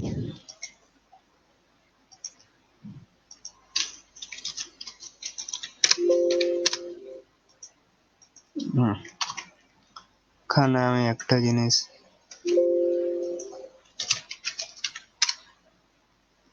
দেখা যাচ্ছে। হ্যাঁ দাদা, দেখা যাচ্ছে। আচ্ছা, কি বলা হচ্ছে? सत्यार्थ प्रकाश का हिंदी में लिखा जाना एक अत्यंत महत्वपूर्ण घटना। मनमोहन कुमार आर्य ने मनमोहन समाजी उन्हें की वजह सत्यार्थ प्रकाश कोई सामान्य ग्रंथ न होकर वैदिक धर्मियों का धर्म ग्रंथ है, जिसका आधार वेद और वेद की निर्भ्रांत सत्य मान्यता एवं सिद्धांत है। तो অর্থাৎ উনি বলছেন সত্যার্থ প্রকাশ বৈদিক ধর্মীয় কা ধর্ম গ্রন্থ হয়। বৈদিক ধর্মীয় মানে এখানে সমাজই বুঝতে হবে। তো বৈদিক অর্থাৎ সত্যার্থ প্রকাশ যে সমাজীদের ধর্মগ্রন্থ, সেটা মনমোহন সমাজী নিজেই বলে দিয়েছেন। এটা কোথায় আছে দেখে নিন, এর তলায় আছে পাণিনি প্রভা। ঠিক আছে, পাণিনি প্রভা এর 2018 সালের এপ্রিল থেকে আগস্ট এই যে সংস্করণ, ইয়ে তার 23 নম্বর পাতায় আছে। দেখুন এখানে 23 লেখা আছে, 2018 সাল। ঠিক আছে, 23 নম্বর পাতায় ওটা লিখেছেন। কি লিখেছেন? সত্যার্থ প্রকাশ বৈদিক ধর্মীদের ধর্মগ্রন্থ।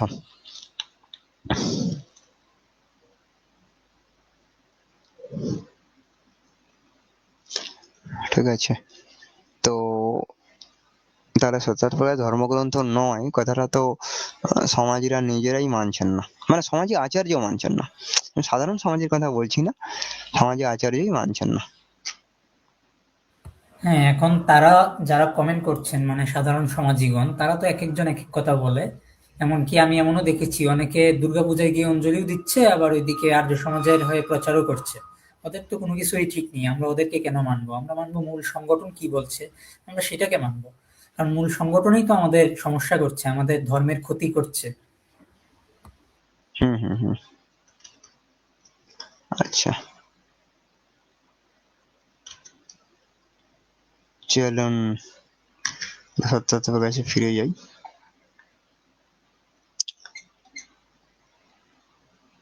তার আগে এইটা আমরা দেখে নেব যে আয়ুর্বেদ অনুসারে যে মাংস খাওয়া অ্যালাউড, সেই জিনিসটা আমরা দেখে নেব।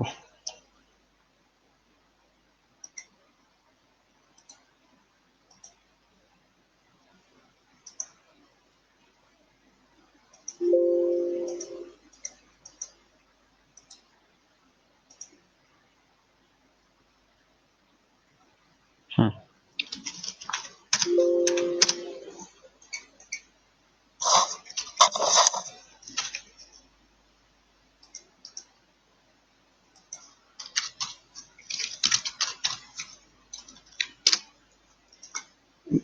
দেখা যাচ্ছে।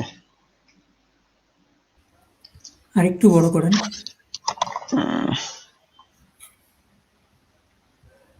হুম। হ্যাঁ, দেখা যাচ্ছে। যে এইটা হলো সূত্রস্থান, মানে সূত্র সংহিতা সূত্রস্থান, তার অধ্যায় 46 ভক্ষ বর্গ, ঠিক আছে? তো ভক্ষীয় বর্গ, মানে যা যা খাওয়া যাবে। তো সেখানে অবশ্যই বিভিন্ন শস্যের কথা আছে, আমরা তো বলছি না শস্য খাওয়া যাবে না। তো তারপরে কি আছে, এই 400 নম্বর শ্লোকটা দেখুন। मांसयुक्त बेस्वार से भरे पुप गुरु और देहवर्धक है, पालल कफ जनक है, शस्कुली कफ पित्तकारक है। अर्थात मांसयुक्त बेस्वार से भरे पुप गुरु और देहवर्धक है। पुप माने পিঠে।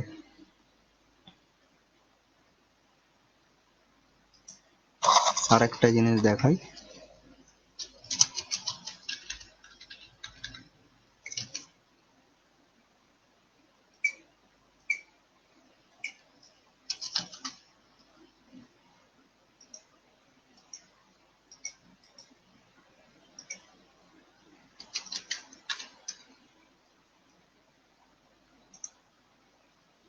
হুম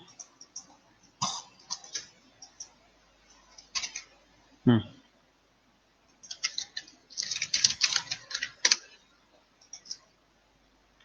এটা সুশ্রুত সংহিতা, এর উৎসটা আমি বলে দিচ্ছি। এটা এই 400 নম্বর শ্লোক আমরা আগে দেখেছি, এখানে তারপর থেকে হবে এটা 407 নম্বর শ্লোক, মানে সুশ্রুত সংহিতা সূত্রস্থান অধ্যায় 46 তার 407 নম্বর শ্লোক। উনি কি এখানে সুশ্রুত কি বলছেন? সুশ্রুত বলছেন ফল বর্গ, মাংস বর্গ, ইক্ষু বিকার মানে আখ থেকে তৈরি জিনিস, তিল, মাস সংস্কৃত অর্থাৎ মাস দ্বারা সংস্কৃত, ভক্ষ বলকারক, গুরু বৃহন দেহবর্ধক এবং হৃদয়ের জন্য প্রিয় হয়। অর্থাৎ মাংস সেটা যে ভক্ষ, অবশ্যই সব মাংস ভক্ষ নয়, কোন কোন মাংস ভক্ষ, কোন কোন মাংস ভক্ষণ করা উচিত অনুচিত সেটা মনুসংহিতায় বিস্তৃতভাবে লিখিত আছে, পঞ্চম অধ্যায়, আপনারা যে কেউ দেখে নিতে পারেন। এবং সেগুলো দেবতাকে উৎসর্গ করে তবেই ভক্ষণ করা উচিত, এবং আয়ুর্বেদে সেটাকে সমর্থন করছে, না হলে আয়ুর্বেদে এই কথা লেখা থাকতো না।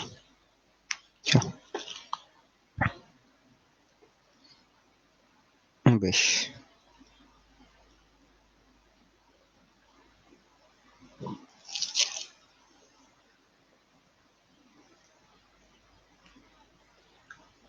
আচ্ছা এবার এখানে কি হচ্ছে, বৈদ্যক শাস্ত্রে ঔষধ ও পথ্যাপথ্যতে মাংসের যে বিধান আছে উহা মাংসাহারী ব্যক্তির জন্য। আচ্ছা, তাহলে এখানে যুধিষ্ঠির মীমাংসক বা যুধিষ্ঠির সমাজী এটা মেনে নিচ্ছেন যে আয়ুর্বেদে কিন্তু মাংসের বিধান আছে, অর্থাৎ যে সমাজীরা বলেন যে আয়ুর্বেদে মাংসের বিধান নেই বা তা প্রক্ষিপ্ত, সেই কথাটা যুধিষ্ঠির সমাজীর কথা অনুসারে খণ্ডন হয়ে গেল।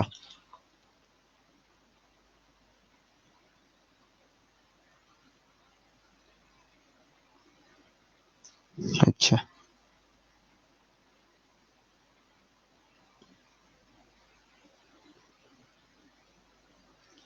বেশ।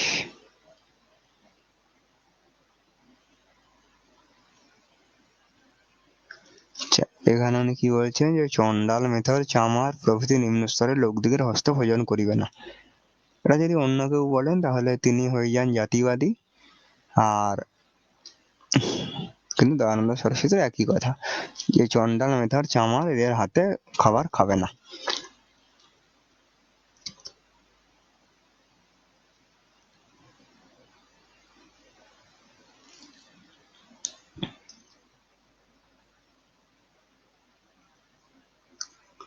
আচ্ছা, দয়ানন্দ সরস্বতী এখানে গোময় অর্থাৎ গোবরের ব্যবহার বলেছেন, কিন্তু যে সমাজীরা গোবরের ব্যবহারকে কটাক্ষ করেন, খিল্লি করেন, তাদের এই জিনিসটা মনে রাখা উচিত। ঠিক আছে, এই হলো বিষয়।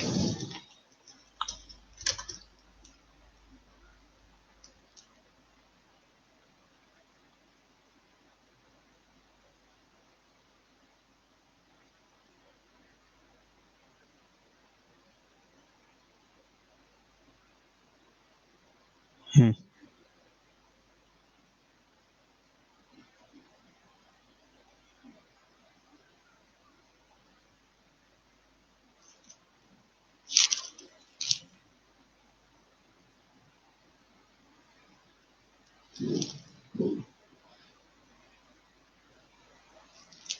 বেশ। তারপরে যেখানে পূর্বার্ধ মানে প্রথম 10 সমুল্লাস এখানে শেষ হলো, তো এরপরে আর 4 সমুল্লাস আছে। তো এই 4 সমুল্লাসের মধ্যে আমরা শুধু একাদশ সমুল্লাস নিয়ে আলোচনা করব, কারণ একাদশ সমুল্লাসে হিন্দু ধর্ম বিষয়ে দয়ানন্দ সরস্বতীর বহু কটূক্তি আছে এবং বহু তার নিজস্ব কল্পনাও আছে, সেগুলো আমরা আলোচনা করব, আপনাদেরকে দেখাবো। কিন্তু বৌদ্ধদের নিয়ে, জৈনদের নিয়ে, খ্রিস্টানদের নিয়ে, মুসলমানদের নিয়ে উনি কি কি বলেছেন তাতে আমাদের কিছু যায় আসে না, কারণ আমরা সেই ক্যাটাগরির মধ্যে, সেই গোষ্ঠীর মধ্যে পড়ি না। কিন্তু সেটা ঠিক বলুন বা ভুল বলুন, তাতে আমাদের কিছু যায় আসে না।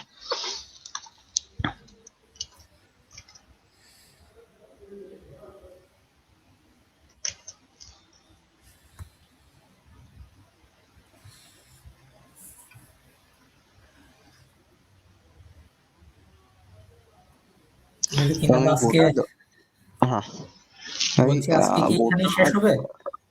হ্যাঁ, আজকে কি এখানেই শেষ হবে দশম সমুল্লাস পর্যন্ত? হ্যাঁ 10 অব্দি এখানে, কারণ একাদশ সমুল্লাস অনেক বড়। একাদশ সমুল্লাস তো একাই 3 দিন নেবে, আরো বেশি নেবে। হ্যাঁ, ঠিক আছে, আজকে একাদশ সমুল্লাস শুরু করাটা ঠিক হবে না। তো সেটাই। বরং এখানে যদি আপনারা যারা কমেন্ট করছেন, তারা যদি কেউ যুক্ত হন, যুক্ত হয়ে কিছু বলতে চান, আপনাদেরকে স্বাগত জানাই। সেটাই দাদা। আসলে আমাদের এই লাইভগুলো করার উদ্দেশ্য হচ্ছে সাধারণ লোকজনকে সচেতন করা। আমাদের কাছে অনেক ধরনের প্রশ্ন আসে যে এটা এখানে এমন কেন দেওয়া আছে, ওইটা কেন এরকম দেওয়া আছে, এরকম আমাদের কাছে অনেক ধরনের প্রশ্ন আসে। এখন এত প্রশ্ন তো ধরেন লিখে বোঝানো সম্ভব হয় না, বা আমি যদি একটা প্রবন্ধ লিখেও দিই, আপনারা যে পরে সবকিছু বুঝে ফেলবেন এরকমও নয়।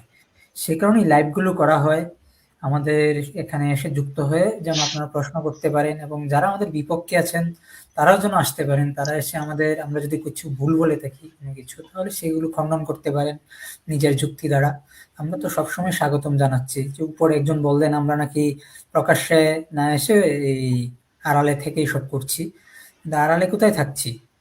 আপনারা প্রমাণ দিতে পারবেন যে আমরা আড়ালে থাকছি? আপনাদেরকে বলা হয়েছে যে আপনার সামনাসামনি আসুন, সরাসরি বসুন। সৌনকদা আপনাদের বলেছে, এই যে যিনি কমেন্ট করেছিলেন উনাকেই বলেছে, আমি যদি খুব বেশি ভুল না করি, যে দুইজনের মধ্যবর্তী কোনো রেল স্টেশনে আসেন, এখানে বসে আমরা আলোচনা করি। আপনারাই আসেননি, আপনারা ভয় পেয়ে পালাচ্ছেন। তারপরে আপনারা বলেন আমাদের প্ল্যাটফর্মে এই সমস্যা ওই সমস্যা, আপনাদের প্ল্যাটফর্মে যেতে হবে। আপনাদের প্ল্যাটফর্মে যাব যদি আমাদের শর্ত মানেন, সেই শর্তগুলো কি একজন উপরে দিয়ে দিয়েছেন, আমি ওনাকে অনুরোধ করব আবার দিয়ে দেওয়ার জন্য কমেন্টে, তাহলে ভালো হয়। এবং কিছুদিন পরে এই শর্তগুলো পুস্টার আকারে আপনারা পেয়ে যাবেন, কোনো সমস্যা নেই। পুস্টার আকারে আপনারা শর্তও পেয়ে যাবেন এবং আমাদের বিতর্কের আহ্বানও পেয়ে যাবেন। সৌনকদা বলেই দিয়েছেন, দাদাকে যদি বিতর্কে আপনার পরাজিত করতে পারেন, এবং অবশ্যই ন্যায় দর্শন অনুযায়ী পরাজিত করতে হবে, কারণ এটাই তো আমাদেরকে তর্কের বিভিন্ন বিষয় নিয়ে বলে, বিতর্ক ইত্যাদি বিভিন্ন বিষয় নিয়ে বলে। যাই হোক, তো যদি পরাজিত করতে পারেন তাহলে দাদা কথা দিয়েছেন যে উনি 1 লক্ষ টাকা ভারতীয়, আর কি ভারতীয় 1 লক্ষ টাকা পুরস্কার হিসেবে দিবেন। এটা 3 বছরের উপর হতে চললো, কিন্তু আপনাদের কারোরই আজ পর্যন্ত পাত্তা নেই আর কি। অগ্নিবীর একবার রাজি হয়েছিল, রাজি হওয়ার পরে তারা বলছে যে তাদের একজন আচার্য আসবেন ইয়েতে, এই বাংলাদেশে, এই আচার্য যাওয়ার পরে ওনারা আয়োজন করবে। তো ওইটা বলার পর আনুমানিক, আমি যদি ভুল না করি, আনুমানিক 2 বছর হয়ে গিয়েছে, তাদের আর খবর নেই।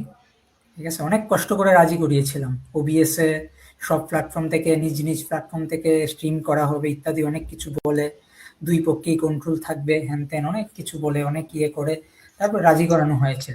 তাও তাদের পাত্তা নেই। এই গর্ত থেকে বের হন, বের হয়ে আপনারা আসুন, সে আয়োজন করুন। আমাদের আয়োজন নিয়ে কিন্তু আজ পর্যন্ত কেউ মানে প্রশ্ন করেনি যে আমাদের আয়োজন খারাপ হয়েছে, এরকম কিন্তু কেউ বলেনি। এমনকি আর্য সমাজের আচার্যগণ আমাদের কাছে পরাজিত হয়েও আমাদের প্রশংসা করেছেন।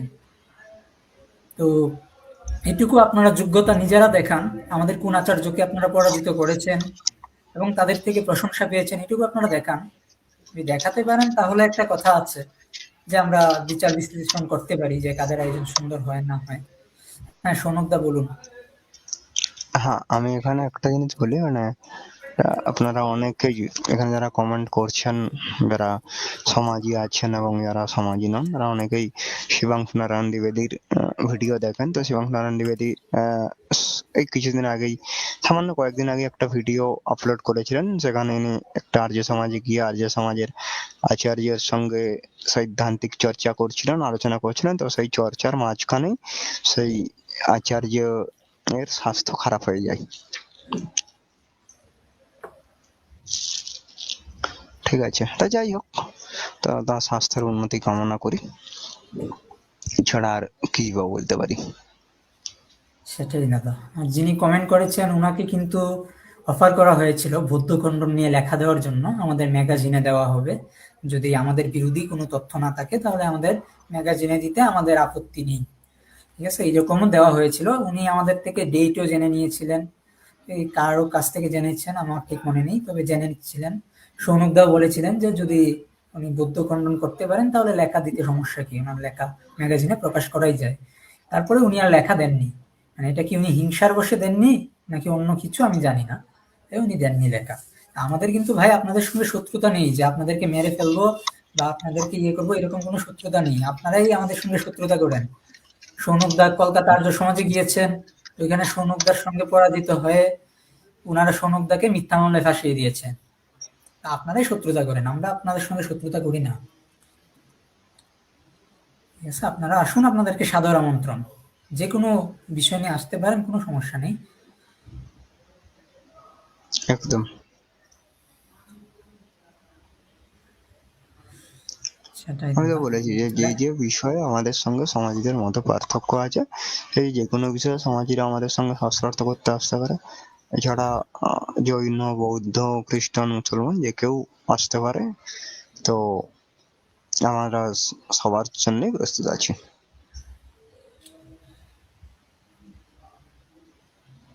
আচ্ছা, এখানে আরেকজন সমাজী গালি দিতে চলে এসছে।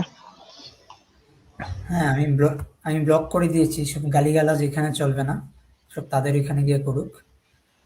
হুম। আমরা গালি দেইনি দাদা, আমাদের পক্ষ থেকে গালি দেওয়া হয়নি। প্রথম যখন আপনার একটা লাইভ, লাইভ নয় এটা সম্ভবত মিটে হয়েছিল লাইভ, ওইটা যখন আপলোড করা হয়েছিল ওই ইয়ের সঙ্গে, বাংলাদেশের একজন আর্য সমাজের আচার্যের সঙ্গে, ওইটা লিঙ্ক জাস্ট দেওয়া হয়েছিল, তাদেরকে ব্লক করে দেওয়া হয়। গালিও দেওয়া হয়নি, তাদেরকে আমন্ত্রণ জানানো হয় আর দেখে মন্তব্য জানাতে বলা হয়, আমাদের ব্লক করে দেওয়া হয়। বলে এখন তারা এখানে এসে কেন গালাগালি করবে?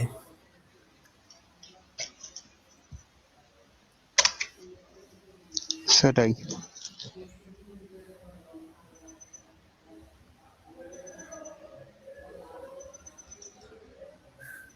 শুভ আর্য দাদা, এভাবে ইমোজি না দিয়ে আপনি মিটে আসুন, এসে আপনার যদি বক্তব্য থাকে বলুন, অথবা আপনাকে সৌনকদা বলেছেন সরাসরি আসার জন্য, আপনি সরাসরি আসুন। আপনাকে এই নিয়ে আমি একদম 3 বার মনে হয় তাতে বলে ফেলেছি, ঠিক আছে? কোনোটাতেই তো কোনো আপত্তি নেই। হ্যাঁ, আমাদের কোনো আপত্তি নেই, আপনি কোথায় আসবেন আসুন, কোনো সমস্যা নেই। আমরা আর 5 মিনিটের মতো দেখবো, তারপরে মনে হয় শেষ করে দেওয়া ভালো, কি বলেন দাদা?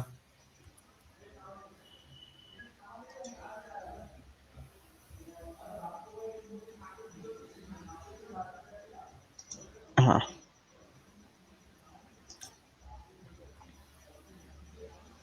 2-3 মিনিট দেখবো, দেখে আমরা শেষ করে দিই। আচ্ছা দাদা, এখানে আর একটা বিষয় চলে আসে। হুম বিষয়টা কি হচ্ছে যে বলেছে? আমাদের প্রাচীন মুনি ঋষিদের কিন্তু মাথায় চুল ছিল। তারা কি বুদ্ধিহীন? অনেক লম্বা চুল ছিল। হুম হুম হুম আর শুধু তাই কেন, দয়ানন্দ সরস্বতীর নিজেরও চুল যুক্ত মানে দাড়ি ইত্যাদি যুক্ত ছবি দেখতে পাওয়া যায়। হ্যাঁ,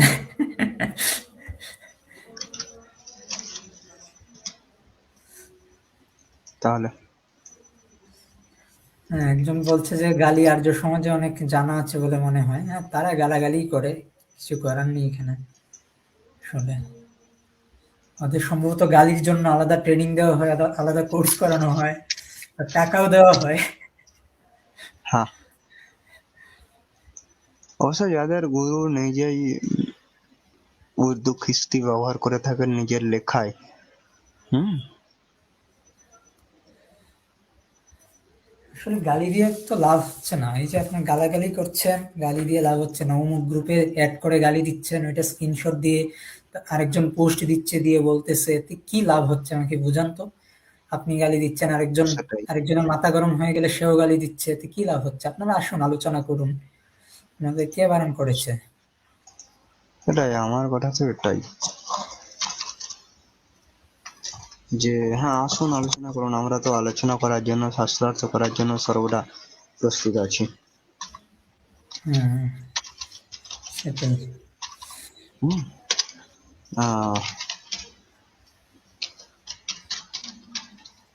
কিন্তু দেখা যাচ্ছে যে কোনো সমাজই আলোচনায় হচ্ছে না, মানে তাদের আলোচনা দেখাই যাচ্ছে না, তাই না?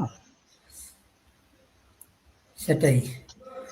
তারা আমাদেরকে মূলত, মানে আমাদের এই কার্যক্রম বন্ধ করার জন্য বা আমাদেরকে কোনোভাবে আটকাতে না পারার জন্যই হয়তো এইভাবে গালাগালি করছে, এই করছে, সেই করছে, 14টা গ্রুপে এড করছে, হ্যান ত্যান, এসব অনেক কিছুই করে থাকে।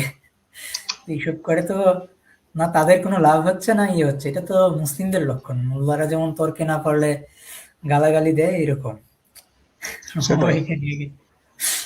কারণ তর্কে যারা পারে না তারাই গালি দেয়। হুম কেউ গালি দিচ্ছে মানে তার কাছে আসলে যুক্তি নেই। সেটাই। আমি মনে করি দাদা শেষ করে দেওয়া ভালো। ওরা কেউ আসবে না যেহেতু, তাহলে আমরা এখানে আজকে শেষ করে দিই নাকি? হ্যাঁ হ্যাঁ হ্যাঁ, আজ শেষ করে দেওয়া হোক। হ্যাঁ, আমাদের আজকের লাইভটি এখানেই শেষ হবে। আপনারা যারা দেখতে পারেননি বিভিন্ন কারণে, অনেকের পরীক্ষা চলতেছে আমি শুনেছি এবং কমেন্টেও দেখেছি। আপনারা পরে সম্পূর্ণ লাইভ দেখে নেবেন। আর আমাদের এই যে প্রথম পর্বটা কিন্তু ইউটিউবে দিয়ে দেওয়া হয়েছে, কারোর যদি প্রয়োজন হয় তাহলে ওইখান থেকে দেখতে হবে। কারণ পেজে ওইটা আর এভেলেবল নয়, পেজে 1 মাসের মতো থাকে একটা লাইভ, তারপর ডিলিট হয়ে যায়, কারণে আমরা ডাউনলোড করে ইউটিউবে দিয়ে দিই। তো আজকের মতো এখানে সমাপ্ত। জয় সনাতন। সবাই ভালো থাকবেন এবং বেশি বেশি করে এটা শেয়ার করবেন, ওদের কাছে পৌঁছে দিবেন। নমস্কার। হুম।